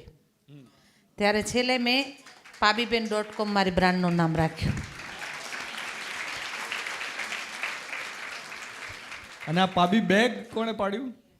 પાબી બેગ બનાવવાની જો વાત કરતા હોઉં તો જે મેં હમણાં પહેલાં તમને અમારે જે હરિજનીને જે વાત કરી ને એ અમારી સમાજમાં જે બદલાવ બંધારણ પછી આવ્યો ને ત્યારે અમે પોતે પહેરતા, કરિયાવરમાં લઈ જાય, બાળકોને પહેરાવતા. પણ જે મને એક એવો વિચાર આવ્યો હતો કે એવું કંઈક બનાવવું કે જે અમને આ વસ્તુ ગમે છે એ કોઈ આજ દિવસ સુધી અમારી પૂરા સમાજમાંથી માર્કેટમાં નથી લઈ ગયું. ત્યારે મેં સૌથી પહેલાં એ પાબી બેગ બનાવી. એ બેગનું નામ જ પછી અમે રાખ્યું કે આ બેગ જે અમે પહેરી છે અમારા કલ્ચરને લગતું, અમે જે અમારા મનથી જે વસ્તુ બનાવી છે એનું નામ જ એવું રાખું કે એનું નામ પાબી બેગ. તો કારણ કે કળા તો ઘણી બધી છે, આહિર વર્ક છે, રબારી વર્ક છે, પણ આ બધાથી એક હટકે કંઈક નામ રાખીને તો એક આપણી કલાની એક ઓળખ અલગ ઊભી થાય. આજે તમે ભલે દેશ દુનિયામાં જાશો તો એ બેગ લઈને કોઈક ફરતું હશે ને તો કોઈ બી વ્યક્તિ ઓળખી જશે કે આ પાબી બેગ છે. ખૂબ સરસ. તો આ સુપ્રિયાબેન તમને બંનેને આ સવાલ છે કે આજના સમયમાં ડિજિટલ મીડિયા એને દ્વારા જે માર્કેટિંગ થાય છે એ મહિલાઓને કેવી રીતે મદદરૂપ થાય છે? તમને તમારા ક્ષેત્રમાં અથવા તો તમે જે પણ દુનિયામાં જોઈ રહ્યા છો, તમે તમારી રીતે ડિજિટલ મીડિયાને તમે કેવી રીતે જુઓ છો? ટેકનોલોજી પ્લેટફોર્મ્સને કેવી રીતે જુઓ છો? How do you look at technology platforms for women empowerment? I think I'm the wrong person to ask this question. I think I know. Pabiben will be better at answering this question. I'm not on any social media. I know that. That's Okay? why I'm asking you. I do not believe that I need to. I think my work should sell myself. And I personally feel કે જો હું એ ન કરી શકી તો કોઈટલું પણ વેચીશ પોતાની જાતને, કોઈ ખરીદવા નહીં આવે. તો ઇફ મારું કામ નહીં ચાલે અને if I am not true to my work, it's not gonna work. એટલે ફોર મી, બિકોઝ હું તો I am just this one person. But I think there is a lot જે બિઝનેસીસ ચાલે છે, જે નાના નાના એન્ટરપ્રાઇઝીસ ચાલે છે, જે મને પોતાને પણ when I go out to shop, online shopping જ્યારે આપણે કરતા હોઈએ ત્યારે ઘણી ચીજો પોપઅપ્સ આવે છે. It's very good. I come to know about so many people doing different kinds of work, doing different, which પહેલાં કંઈ જ નહોતું. We didn't have. જો એડવર્ટાઇઝમેન્ટ પેપરમાં આવે કેવી રીતે મળે તો જ આપણને ખબર પડે કે અચ્છા આ નવું કંઈક નીકળ્યું છે. પણ હવે it is so easy to find things, to find places to go to. It's a great medium. If it's used well, I think the digital platforms, the internet, it's fantastic. We have grown so beautiful. Yes, but we also misuse it a lot. That is where I think we go wrong. Nahin to any kind of technology, any kind of growth in a right way is what humans are supposed to do. સાચી વાત. પાબીબેન? ટેકનોલોજીની જો વાત કરો ને તો ટેકનોલોજીનો અમે ભરપૂર ઉપયોગ કર્યો છે, કારણ કે મારા બિઝનેસને જ્યારે શરૂઆત કરી ત્યારે, કારણ કે અમે જ્યારે બિઝનેસની શરૂઆત કરી ને ત્યારે પહેલાં શરૂઆતમાં મારા કણી એટલા કોન્ટેકો પણ નહોતા, એટલા પૈસા પણ નહોતા, નાના મોટા એક્ઝિબિશન. તો જે સૌથી પહેલાં જે અમારી જે વસ્તુઓ છે, અમે ત્યારે ઇન્સ્ટાગ્રામ પણ નહોતું, સૌથી પહેલાં અમે ફેસબુકમાં ઉપયોગ કર્યો. બધી વસ્તુ અમે જે ફેસબુકને જરીએ લોકો સુધી પહોંચાડી, કારણ કે એ સમયે મારા કણે એટલા બધા પૈસા નહોતા કે હું નાની કંઈ એડવર્ટાઇઝ કરવી હોય તો ₹1-2 લાખ તો જોઈએ. મને એમ હતું કે આ ટેકનોલોજીને જરીએ જ દેશ દુનિયા સુધી પહોંચી શકશું અને આ કવર કરી શકશું, એના સિવાય કોઈ આપણો ઉદ્ધાર નથી. તો ફેસબુકમાં, એના પછી ધીરે ધીરે ઇન્સ્ટાગ્રામ આવ્યું, એમાં આ રીતે અમે જે અમારું પ્રોડક્ટ છે દેશ દુનિયા સુધી પહોંચાડ્યું અને એનાથી અમને નામના પણ મળી. ખૂબ સરસ. આઈ થિંક તમારી ટીમ જે છે એમણે માર્કેટિંગ બહુ જ સરસ રીતે કર્યું પહેલેથી જ. એટલે એ મને બરાબર યાદ છે, હું જ્યારે રેડિયોમાં કામ કરતો ત્યારે તમારી ટીમે મને એક ગિફ્ટ હેમ્પર પહોંચાડ્યું હતું. જે તે સમયે ત્યારે આવું કોઈ કરતું નહોતું. મારા માટે આ નવી વસ્તુ. મેં કીધું આ કોણ છે? પછી એના મારા તરફથી મારે જે કરવાનું હતું તો મેં કર્યું જ હતું એ જે તે સમયે. પણ એ બહુ અર્લી એફર્ટ હતો, જ્યારે કોઈ કરતું નહોતું આ રીતે. એ નિલેશભાઈ તમને યાદ હશે? હા. So it was a very good thing. Covid વખતે તમે લોકોએ જે રીતે કામ કર્યું હતું એ બહુ જ સરસ કામ હતું. મુખ્ય હવે મારો સવાલ એ છે કે આ ફિલ્મ જે બની છે, કારણ કે આપણે આજે ભેગા થયા છીએ, એક પ્લેટફોર્મ અહીંયા આપણને એ મેં આપ્યું છે જેમાં તમે એક ફિલ્મમાં કામ કર્યું. એ ફિલ્મ એક એવી ફિલ્મ છે કે જે એક એવી મહિલાની વાર્તા કે જે વણખેડાયેલા ક્ષેત્રમાં પ્રવેશવા માટે જાય અને એની સાથે બીજા લોકો પણ જોડાય, એમની પણ સ્ટોરીઝ છે. તો આ ફિલ્મને તમે દર્શકો સુધી આંટીપ્રોન્યોર વાળો જે પાર્ટ છે, તમે આમાં જે ભૂમિકા અદા કરી રહ્યા છો, તો એ જે એમાં જે સોસાયટીવાળી વાત છે અથવા તો પછી જે ફિલ્ડ તમે પકડ્યું છે, કારણ કે શેર બજારની વાત છે, કરવી ના કરવી એ તમારા ઉપર છે, પણ શું કહેશો એમ? આઈ થિંક આ એક ફિલ્મ એવી છે જે એક આઈ થિંક વિમેનની સ્ટોરી છે. Basically it's the story of this woman who wants to save her house.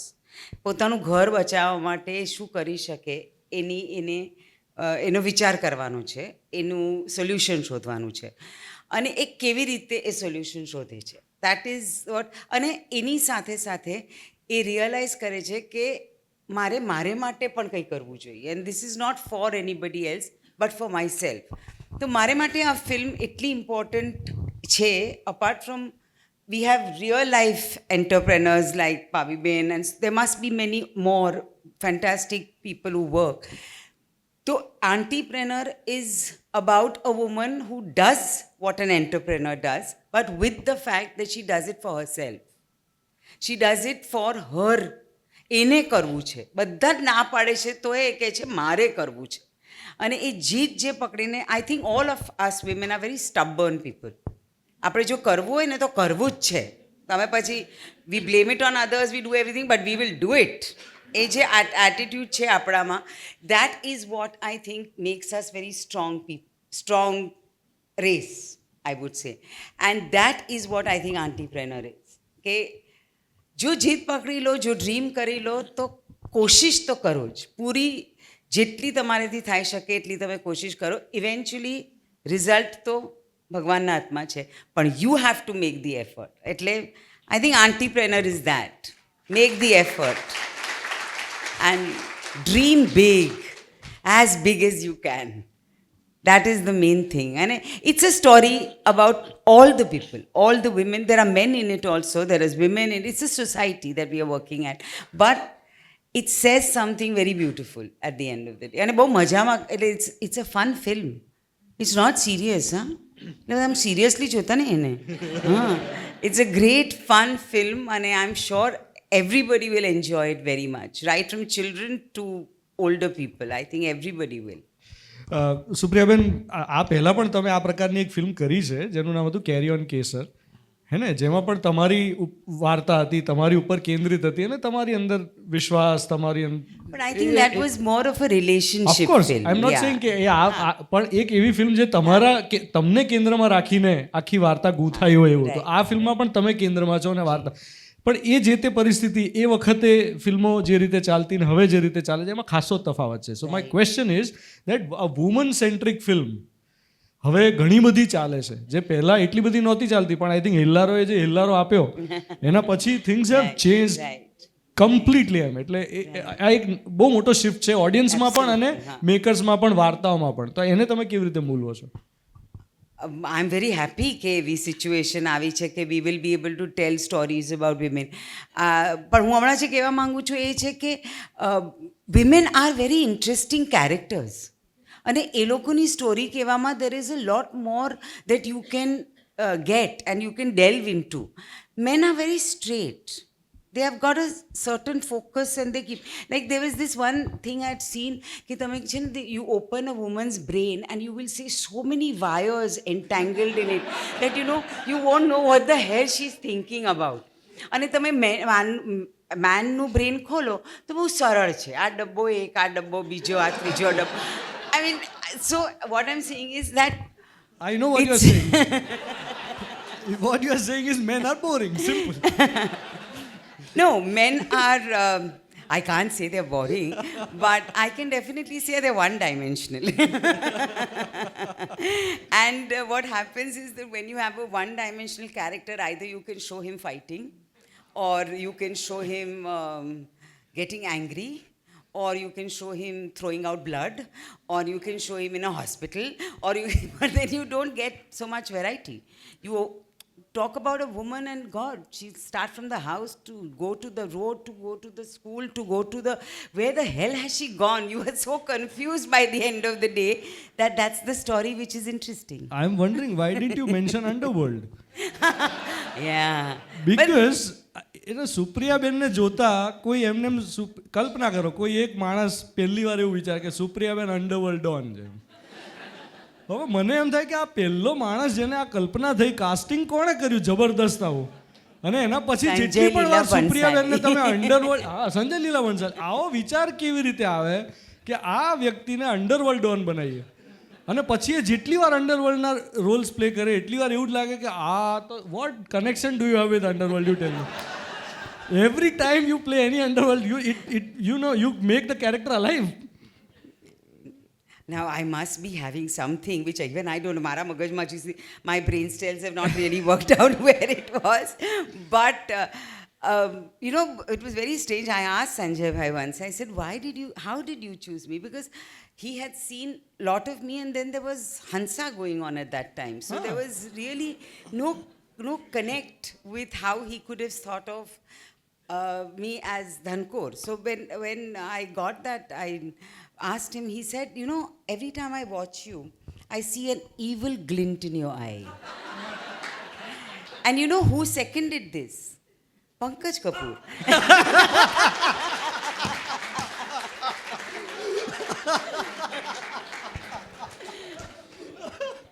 But I think that was a great opportunity for me. And I was very happy that somebody could think of me in such a role.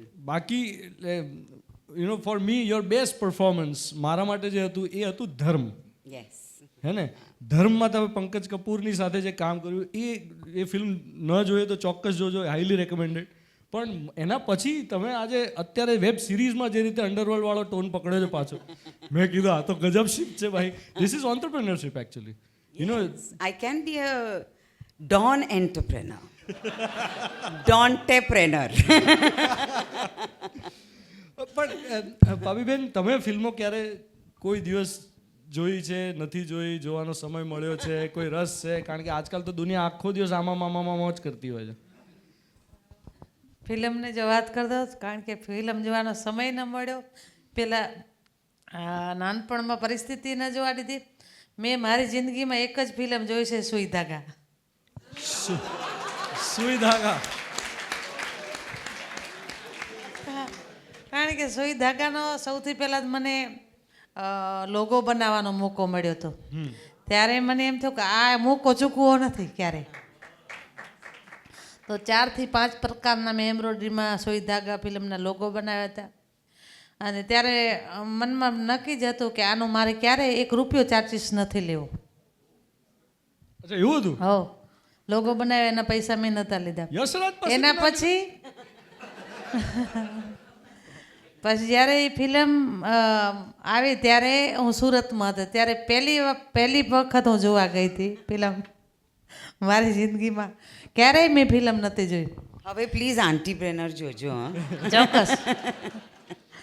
ત્યારે જે એમાં પણ જે લેડીઝનું પાત્ર હતું ને, અને એણે શું અનુભવ્યું, કઈ રીતે કામ કર્યું, એ મને સૌથી વધારે એ પાત્ર ગમ્યું. અનુષ્કાએ રોલ પ્લે કર્યો ને? અનુષ્કા. હા, સરસ હતું બધું.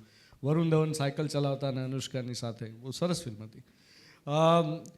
તમને ક્યારે એવો મનમાં વિચાર આવે છે આ ફિલ્મ ઇન્ડસ્ટ્રીને બધું જોયું, તમે હોલિવૂડની ફિલ્મોમાં તમારી બેગ્સ ગઈ, એ ફિલ્મ જોઈ જ કે નથી જોઈ, કે એમાંનું કશું? ફિલ્મ નથી જોઈ. અચ્છા, તો ક્યારે તમને એવો વિચાર આવે કે તમારા જીવન પર ફિલ્મ બને? એવો તો વિચાર આવે. હા, એના માટે હજી છે સમય છે. મને એમ છે કે જેટલું ખમી એટલું સરસ બનશે.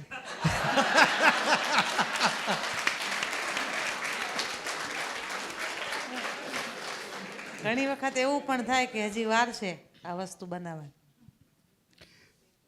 તો આ તો હવે કાલ્પનિક સવાલ જ છે. તમે કહો છો રસ, પણ માન લો કે બને ફિલ્મ, તો કોણ તમારો રોલ પ્લે કરે? આઈ object my lord.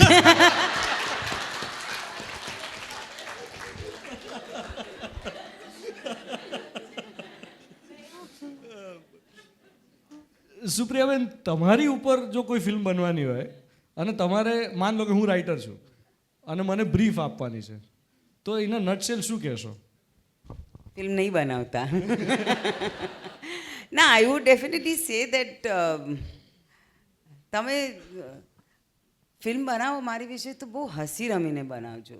Make a fun film, because my life has been very much fun. અને I have enjoyed every moment. I have enjoyed being wherever I was, whatever I have got, whatever I have not got, I have enjoyed everything. તો I think my film will be a comedy. Yeah. I think a film on me will be lot of fun because there'll be too much of Hansa in it. So you will have to laugh. And I think it'll be fun. How do you find it when people ask you to play Hansa every time you go on stage? I Or don't play wherever in Hansa every social- time. I play only Hansa when I'm playing Hansa. I don't play Hansa every time. All the roles that I've done is different. No? Yes. Have I played Hansa every time? No. No. No, but every So time you then- go on stage, you go to social acha. functions. Ah, like that. Oh. But I love it. I love playing Hansa. She's such a... મારે માટે તો એ therapy છે. Every તમારા time I માટે meet- નહીં, કેટલાય લોકો માટે થેરપી છે. તો મારે તો હા. I'm doing it now. But I need my proful, no? How can I do it? Hansa. No, no. Joe, the only thing I can say after we finish this thing is, मैं तो थक गई भाई शाम. That's the only thing. અચ્છા, આપણે એ જે જગ્યા પર અહીંયા છીએ, અમદાવાદ મેનેજમેન્ટ એસોસિએશન, આ એક એવી જગ્યા કે જ્યાં વિદ્યા, જ્યાં કૌશલ્ય નિર્માણ, જ્યાં ચારિત્ર નિર્માણ, આ બધી વાતો સતત થયા કરે અને સમાજના અલગ અલગ લોકો સુધી એ વાત પહોંચે. આબાલ વૃદ્ધ આ જગ્યા પર આવે અને આ વિચારોને પોતપોતાના જીવનમાં મહેકાવે. તો અને સાથે જે બીજી સંસ્થાઓ સંકળાયેલી છે, Gujarat chamber of commerce and industry, સ્ટાઈ છે. તો એક સવાલ તો મારે પૂછવો જોઈએ તમને બંને જણને કે હવે આપણે વિકસિત ભારતથી 2 દાયકા દૂર છીએ. 2047માં આપણે આઝાદીના 100 વર્ષ પૂરા કરીશું અને વિકસિત ભારતનું સપનું આપણે સેવી રહ્યા છીએ. તો પાબીબેન, તમે જેમ કહ્યું કે થોડું ખમીએ, હજી રાહ જોવું, 2047 એટલે કે આજથી 20 વર્ષ પછી આસપાસમાં તમે તમારી જાતને કેવી રીતે જુઓ છો? તમારો જે વ્યવસાય છે એને કેવી રીતે જુઓ છો? વ્યવસાયને અને જાતને તો હું એ જ રીતે જોઉં કે, કારણ કે મને તો નામ ના મળી, પણ બીજી દીકરીઓ છે ને એ પોતે નામ ના મેળવે અને કાંઈક કરી બતાવે. મારા મનની અંદર એક જ આ જ હરોળ છે કે ઘણી દીકરીઓ એવું વિચારતી હોય, શિક્ષિત દીકરીઓ, એ નાને પાયે કામ કરવા તૈયાર ન હોય અને ઓછું ભણેલી દીકરીઓ હોય એ એમ થાય કે હું નહીં કરી શકું, પણ એવું કાંઈ નથી. જ્યારથી મનમાં વિચાર આવે કે હું કાંઈ કરી શકું ત્યારથી શરૂ જ કરી દેવું જોઈએ. જો શરૂ કરી દે ને એ જ આપણી સફળ છે. અમારા અમદાવાદમાં છે ને જ્યારે રેડિયોની શરૂઆત થઈ ને ત્યારે એકમાત્ર મિર્ચી હતું પહેલાં પ્રાઇવેટ સ્ટેશન તરીકે. પછી બીજા સ્ટેશન્સ જ્યારે આવ્યા ને, બીજા પ્રાઇવેટ સ્ટેશન્સ આવ્યા ત્યારે ઘણા બધા લોકો અમને પૂછતા કે હવે તો તમારે કોમ્પિટિશન શરૂ થઈ, કોમ્પિટિશન. ત્યારે મને એમ કહેતા કે તમને એવું નથી થતું કોમ્પિટિશન? હું હંમેશા એમ કહેતો કે આનાથી કોમ્પિટિશન નહીં વધે, આનાથી તો લિસનરશિપ વધશે. લોકોને ચોઇસ મળે છે અને લોકો વધુ ને વધુ સાંભળતા થશે. આ તો ઇન્ડસ્ટ્રી વિકસી રહી છે, આને કોમ્પિટિશન તરીકે ના જુઓ. તો એ જ રીતે જ્યારે તમે આ વાત કરી રહ્યા છો કે ક્યાંય શરૂઆત કરવી અને જેને જે આવડતું હોય ત્યાંથી શરૂ કરવું, કારણ કે તો મારો પ્રશ્ન એ છે કે તમને મનમાં ક્યાં એવું થાય છે કે તમારા કરતાં વધારે સારું કામ કરનારા કોઈ આવનારા સમયમાં આવશે, તો તમારા વ્યવસાયમાં તમે હરીફાઈને કેવી રીતે જુઓ છો? હું તો ખુશ થાઉં આનાથી ખરેખર. કારણ કે મેં આવી દીકરીઓ જોઈ છે. જ્યારે શરૂઆત કરીને બિઝનેસની, પહેલાં શહેરની જ દીકરીઓ ગમે એ કાંઈક નાનું મોટું કરતી. આજે ગામડાઓની દીકરીઓ મેં બિઝનેસ કરતી જોઈ છે, નાનો મોટો પોતાનો ગામડાની અંદર ધંધો કરતી જોઈ. આ જ એક બદલાવ છે અને આનાથી જ આપણે વિકસિત ભારત ખરેખર કહી શકશું. જો ગામડા છે, ગામડાઓ આગળ આવશે, ગામડાનું કલ્ચર, ગામડાની કળા, આ બધું જો ઉપર પહોંચશે ને તો જ આપણે ખરેખર વિકસિત ભારત ત્યારે કહી શકશું. અને આ જ વસ્તુની અત્યારે જરૂર છે. સુપ્રિયાબેન, આ સવાલ તમને પણ છે. How do you C us as a nation? How do you C women of India in next 2 decades? I think I see a very, very bright future for the women of India, and I see a very bright future for India. The way we are moving, I think we are going towards a very interesting phase of our life. ઘણું બધું સુધરશે હજી એવું મને લાગે છે. આપણું infrastructure કેટલું બેટર થઈ ગયું છે, આપણું કમ્પેટેબિલિટી ટુવર્ડ્સ થિંગ્સ એટલું બધું બેટર થઈ ગયું, ટેકનોલોજી વી હેવ એક્સેપ્ટેડ સો વેલ. એટલે વી are very definitely a growing nation, and I think weave grown quite a lot. And I don't consider myself or as an Indian to be below or behind anybody. If I go on a world scale, I think we are as top as the biggest in the world. So અને આ 20 વર્ષમાં તો આપણે બહુ આગળ નીકળી જઈશું. આમ બીજા બધા બિચારાઓ પાછળ રહી જશે. On that positive note, I open the forum for questions from the audience. ઓડિયન્સમાંથી આપણે અમુક સવાલો લઈ શકીશું. હાજી.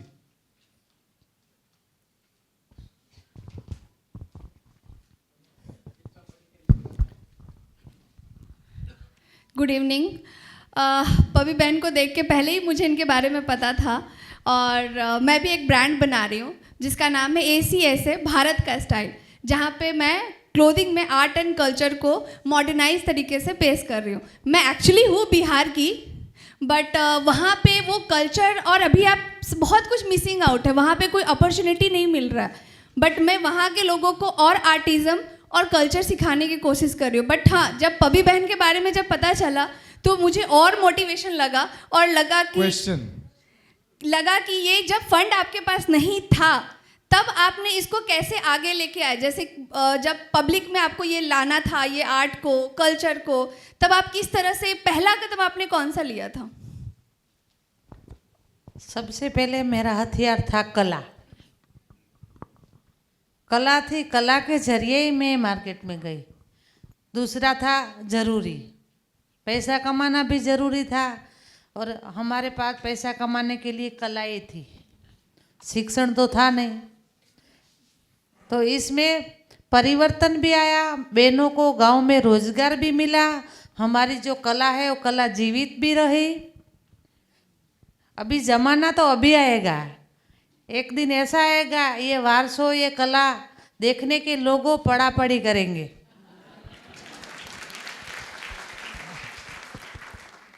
જી, સમય સીમાને ધ્યાનમાં રાખતા આપણે સવાલ ટૂંકા રાખીશું. આ બાજુથી યસ, માઇક્રોફોન પછી આ બાજુ પણ આપજો. તમે જે એક વાત કરી પબીબેનની, જે ઇન્ટ્રોડક્શન શરૂ થઈ ત્યારે મને લાગ્યું કે કોઈ સ્ક્રિપ્ટ રાઇટર તમારા જેવા લખે અને કોઈ ભજવે પાત્ર એમનું, સુપ્રિયાબેન જેવા, તો સરસ ફિલ્મ બની શકે. સંઘર્ષમાંથી કઈ રીતે પતિદેવેને ફેમિલી બેકગ્રાઉન્ડ લઈને, એટલે જરૂર કોશિશ કરે કોઈ ડાયરેક્ટર, સ્ક્રિપ્ટ રાઇટર એમાં ગીતો મૂકવા માટે. દાદા સવાલ અને સવાલ સુપ્રિયાબેનને છે કે આપણામાં જે નારી કેન્દ્રી ફિલ્મો, એમ નારી કેન્દ્રી સિરિયલ થઈ કુંદનિકાબેન કાપડિયાની 7 પગલાં આકાશમાં, એમાં વસુધા ને બધા પાત્રો છે, એના વિશે તમારું શું મંતવ્ય છે? ને એમાં જો આવા હિરોઈન હોત તો કદાચ વધારે સાહિત્ય કૃતિઓ પરથી કોઈ નારી કેન્દ્રી હા, મને લાગે છે આ હું તો કેટલી વાર કહી ચૂકી છું કે આપણા ગુજરાતમાં જ એટલી બધી લિટરરી સ્ટોરીઝ છે, આપણે એને કેમ નથી એક્સપ્લોર કરતા? પણ મને હંમેશા જે પ્રોડ્યુસર્સ અને ડિરેક્ટર્સ હોય છે એ કહે છે કે કોઈ જોવા નથી આવતું. તો હું એ તમને રિક્વેસ્ટ કરું છું એઝ ઓડિયન્સીસ કે please let's bring back our culture, let's bring back literature. અને આપણી પાસે બહુ જ સુંદર કહાનીઓ છે, પણ તમે એઝ એન ઓડિયન્સ જો જોવા નહીં આવો અને એ અમારે માટે એક ડિટરન્સ થઈ જાય છે. અમે લોકો સ્ટોરીઝ તમારી તરફ લાવી શકીએ ને તમને એન્ટરટેન કરી શકીએ, એમાં એક બાધા આવી જાય છે. સો if you all are with us, we can do wonders in this world. Yes.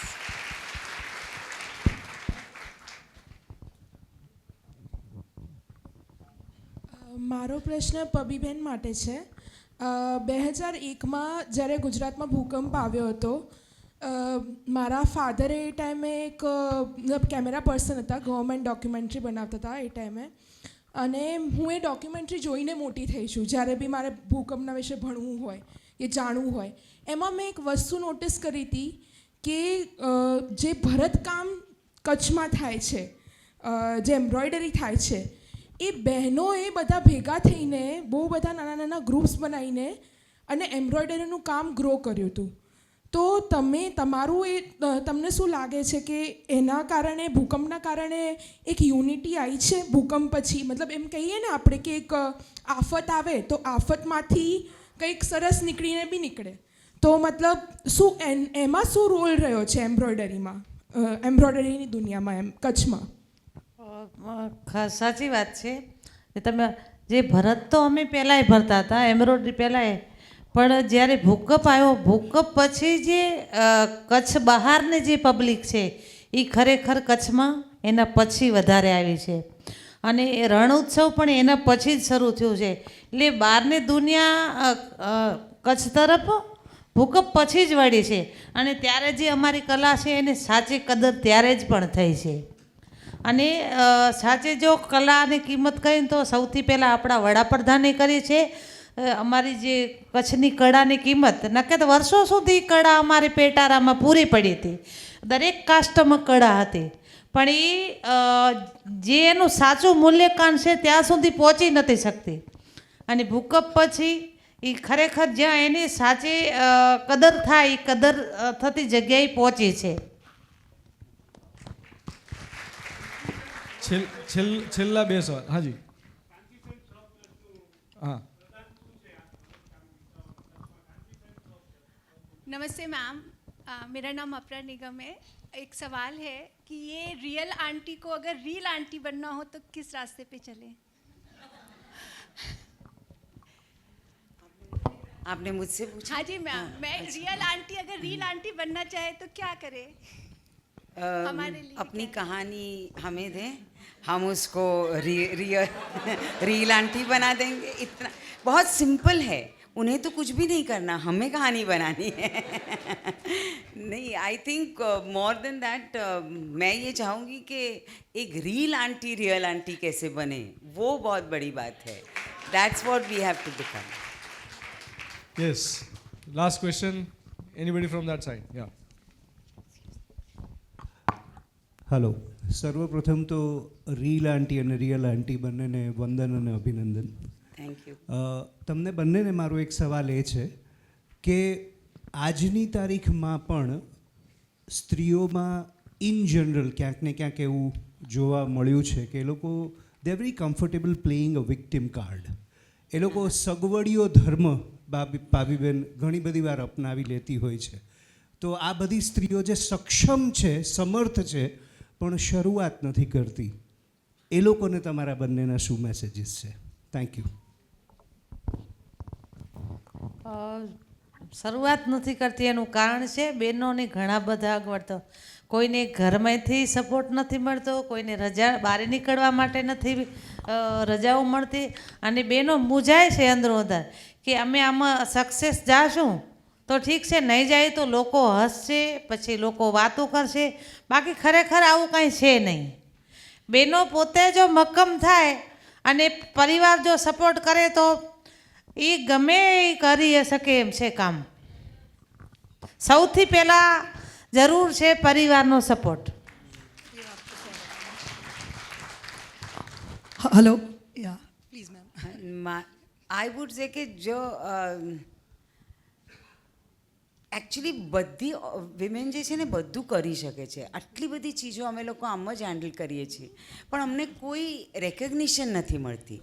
As a woman I personally feel જેટલું કામ અમે કરીએ છીએ એમાં તમે માણસને કહો આનાથી પા પણ કરી આપે તો I would give them medal, પણ એ નથી. અને અમને એટલે ઇટ ડઝન્ટ નીડ ટુ બી કે અમે આવું કર્યું, અમે એન્ટરપ્રેનર બને. અરે નથી, અમે એન્ટરપ્રેનર છીએ જ. અમે ઘરમાં જ એન્ટરપ્રેનર છીએ ભાઈ. અમે જેટલું કરીએ છીએ તમારા, if you take us out of your house you will have no house. તો આઈ મીન આઈ થિંક એ જ અમારી તાકાત છે, અને that is why we are entrepreneurs. So let's dream even bigger. Why should we not? As Auntie Prenner says, why should boys have all the funds? I think we should close it, ne? Good evening. Hello Dhvanit sir, hi Kusum. This is the final one. Thank you so much. Time is short. બે પ્રશ્નો છે, પબીબેન માટે છે. કોણ બનેગા કરોડપતિમાં તમારો અનુભવ કેવો રહ્યો? અમિતાભ બચ્ચન સાથે કોઈ યાદગાર પળ? અને મેડમ ધનકોર સંજય લીલા ભણસાલી સાથે શૂટિંગ દરમિયાન અથવા તો ફિલ્મના પૂરા પ્રમોશનથી લઈને ફિલ્મ મેકિંગ દરમિયાન કોઈક એવું યાદગાર પળ જે કોઈ એક્સપિરિયન્સ શેર કરવા માંગો તો? Sorry Dhvanit sir. પણ આ બંને પ્રશ્નો કોઈ બીજા માધ્યમમાં કોઈ બીજા પ્લેટફોર્મ પર પૂછી જ શકાય હોત. આપણે અત્યારે નથી સંજય લીલા ભણસાલી વિશે વાત કરવા આવ્યા, નથી અમિતાભ બચ્ચન કે કેબીસી વિશે વાત કરવા, નહીં તો આ બંને હું પૂછી જ શક્યો હોત. આપણે આ સવાલને ટાળીએ, હું એવું માનું છું, ખોટું ના લગાડતા. ઘણા લાંબા સમય પછી તમારા બધાની સાથે ચર્ચા કરવાનો મોકો મળ્યો. એક સંવાદ સરસ મજાનો ઊભો થયો, અને let me conclude this panel discussion with a શેર. અશરુલ હક મજાજનો શેર છે, तेरे माथे पे ये आंचल बहुत ही खूब है लेकिन, तेरे माथे पे ये आंचल बहुत ही खूब है लेकिन तो इस आंचल से एक परचम बना लेती तो अच्छा था. My dear friend Abhishek Jain, thank you very much for But giving I us would this. say one thing here, that my mother used to say a very nice thing કે જો માનો દુપટ્ટો છે ને એ બહુ જ બધી ચીજો બની શકે છે. And it is a blanket for a child, it's a handkerchief for the woman, it's a chaya for anybody who wants it. So I think we have the parcham anyways. Absolutely, absolutely. So thank you very much Abhishek for having all of us here. Thank you very much the audience. Thank you. ધ્વનિતભાઈ, આખા અમદાવાદને તમે અમદાવાદમાં અમદાવાદીઓને તમે બધા મોતીઓને વીણીને તમે જે રીતે સંચાલન કર્યું છે, આખા અમદાવાદને તમે કરતા આવ્યા છો, ને આ પેનલમાં મને નથી લાગતું કે ધ્વનિતભાઈ સિવાય કોઈ બીજો વ્યક્તિ આ વસ્તુને I agree, I second સંચાલન that, કરી શક્યા હોત. absolutely, ધ્વનિતભાઈ, થેન્ક યુ સો મચ. અને ખાસ થેન્ક યુ અને આભાર એટલા માટે પણ માનવાનો, કારણ કે એમના ઘરે લગ્ન ચાલી રહ્યા છે એઝ વી સ્પીક. એ આ કાર્યક્રમ માટે અહીંયા આવ્યા છે, અને ખાસ તો એવું છે કે સાસરે લગ્ન છે, એટલે you can understand the intensity of it. So if at all it is getting late for you, you can નહીં બસ 2 મિનિટ બીજી બે વાત બીજી કરવાનો છું. એક, અમે આ ફિલ્મ બનાવી છે, પણ ખરેખર એવું કહીએ ને કે જેમ પાબીબેને કહ્યું કે ઘરનો સપોર્ટ ના હોય, ઘરના વ્યક્તિઓનો સપોર્ટ ના હોય તો આ કોઈ પણ કાર્ય શક્ય નથી. એ જ રીતે અહીંયા માં છે, સાસુમાં છે, અને આ ફિલ્મની લેખિકા શ્રેયા, આ ફિલ્મના પ્રોડ્યુસર એ સ્ત્રી છે, મહિલા છે, અને મુખ્ય કલાકાર મહિલા છે. મારું અહીંયા કંઈ કામ જ નથી. દીપાલીબેન અહીંયા આપણી સમક્ષ હાજર છે, એમને આ ફિલ્મ પ્રોડ્યુસ કરી છે. Ma'am please, it to be fun if you can be here. અને thank you so much ma'am. એટલે સ્ત્રીઓ ના હોય તો ખરેખર બહુ writer she is not here, she is in Bombay, वो हमारे मुंबई का मोर्चा संभाल रही हैं અને ત્રીજી વાત એએમએ બહુ ખાસ જગ્યા છે મારા માટે, કારણ કે નાનપણથી જ આઈ થિંક મારા પપ્પાએ મને અહીંયા સ્કિલ ડેવલપમેન્ટ હોય, મેનેજમેન્ટ હોય, પર્સનાલિટી ડેવલપમેન્ટ હોય, સ્પીચ હોય, કંઈ બી હોય, મને અહીંયા લઈને આવે. ત્યારે પહેલી ફિલ્મ બનાવી સૌથી પહેલાં અહીંયા પ્રેસ કોન્ફરન્સ કેવી રીતે જઈશની 2012માં કરી હતી. ત્યારબાદથી અત્યાર સુધી એએમએ મને લાગે છે કે મારું લકી ચામ છે. કોઈ પણ વસ્તુ કરું એની પહેલાં જો એએમએ થી પસાર ના થવું તો I don't think it becomes લોકભોગ્ય કે successful. Thank you to the organisation like AMA, thank you Sawant sir, thank you to the entire team of AMA, Unmesh sir, આપ સૌએ બહુ જ સપોર્ટ કર્યો છે હંમેશા. જીસીસીઆઈ છેલ્લા 2 વર્ષથી જોડાયો છું અને સંદીપ સરના લીડરશિપ હેઠળ ઘણું બધી ઓપોર્ચ્યુનિટીઝ મળી છે. પ્રાચીબેન, thank you so much. She is also in the women wing. પહેલી જ વખત મેં એમને કહ્યું કે આપણે તો આ કાર્યક્રમ કરવું જ જોઈએ. આઈ થિંક સંદીપ સર, પ્રાચીબેન, thank you so much. Jatin sir, ગોપીબેન, thank you so much for tie getting along with us. Malti ma'am, thank you so much. હંમેશા ઉત્સાહિત હોય છે કોઈ પણ ફિલ્મના કાર્યક્રમ માટે. Thank you so much. And I would like to thank every one of you. જ્યારે બી મને એવું થાય છે કે મારે કંઈક વાત કરવી છે, જો આ ફિલ્મોનો પ્રમોશન એક અલગ ઘટના છે અને લોકો કરતા હોય છે, પણ મને લાગે છે કે સંવાદ બહુ ઇમ્પોર્ટન્ટ છે. માત્ર ફોટા પાડી લેવા કે એક સ્ટેજ પર જઈને હાય બાય કરવું એ નથી હોતું. ફિલ્મોનું કામ જ છે સંવાદ ઊભું કરવો, અને જો ફિલ્મની પહેલાં એક સંવાદ ઊભું થાય તો એનાથી વધારે મને નથી લાગતું કે સક્સેસફુલ કંઈક હોઈ શકે છે. Thank you so much. હવે મારે વધારે કંઈ કહેવું નથી. ફિલ્મ 25મી એપ્રિલે રિલીઝ થાય છે. આપને યોગ્ય લાગે તો ચોક્કસ જોવા જજો. Thank you so much. અને યસ, બિલકુલ. અને અહીંયા ઘણા બધા એવા વ્યક્તિત્વ બેઠા છે કે જે હાથમાં જો ગુજરાતી ફિલ્મોનું પરચમ હાથમાં લઈને, અમે તો બનાવવાનું કામ કર્યું છે અને ફ્રાઈડે પછી અમારું કામ પતી જાય છે, પણ આ આપ લોકો છો જે આ ફિલ્મને આગળ લઈ શકશો. કારણ કે ઓનેસ્ટલી બિલીવ મી, કેવી રીતે જઈશ બનાવી ત્યારે 2012માં 15મી જૂન અમારું કામ પતી ગયું હતું, પણ એને જે ચીલો ચાતર્યો છે એ ઓડિયન્સે ચાતર્યો છે. આ જ કામ તમે લોકો ગુજરાતી ફિલ્મો સાથે કરી શકો છો. And one person who has always blessed me forever in anything that I do, he is always up for everything that I come up with, અને મારા બધા ટેન્ટ્રમ પણ ઝીલે છે એવા સંજય સર આપણી સાથે છે. Sanjay Chakraborty sir, thank you so much sir. I seek your blessings in everything that I do. Thank you so much sir. Thank you everyone. Thank you for being here.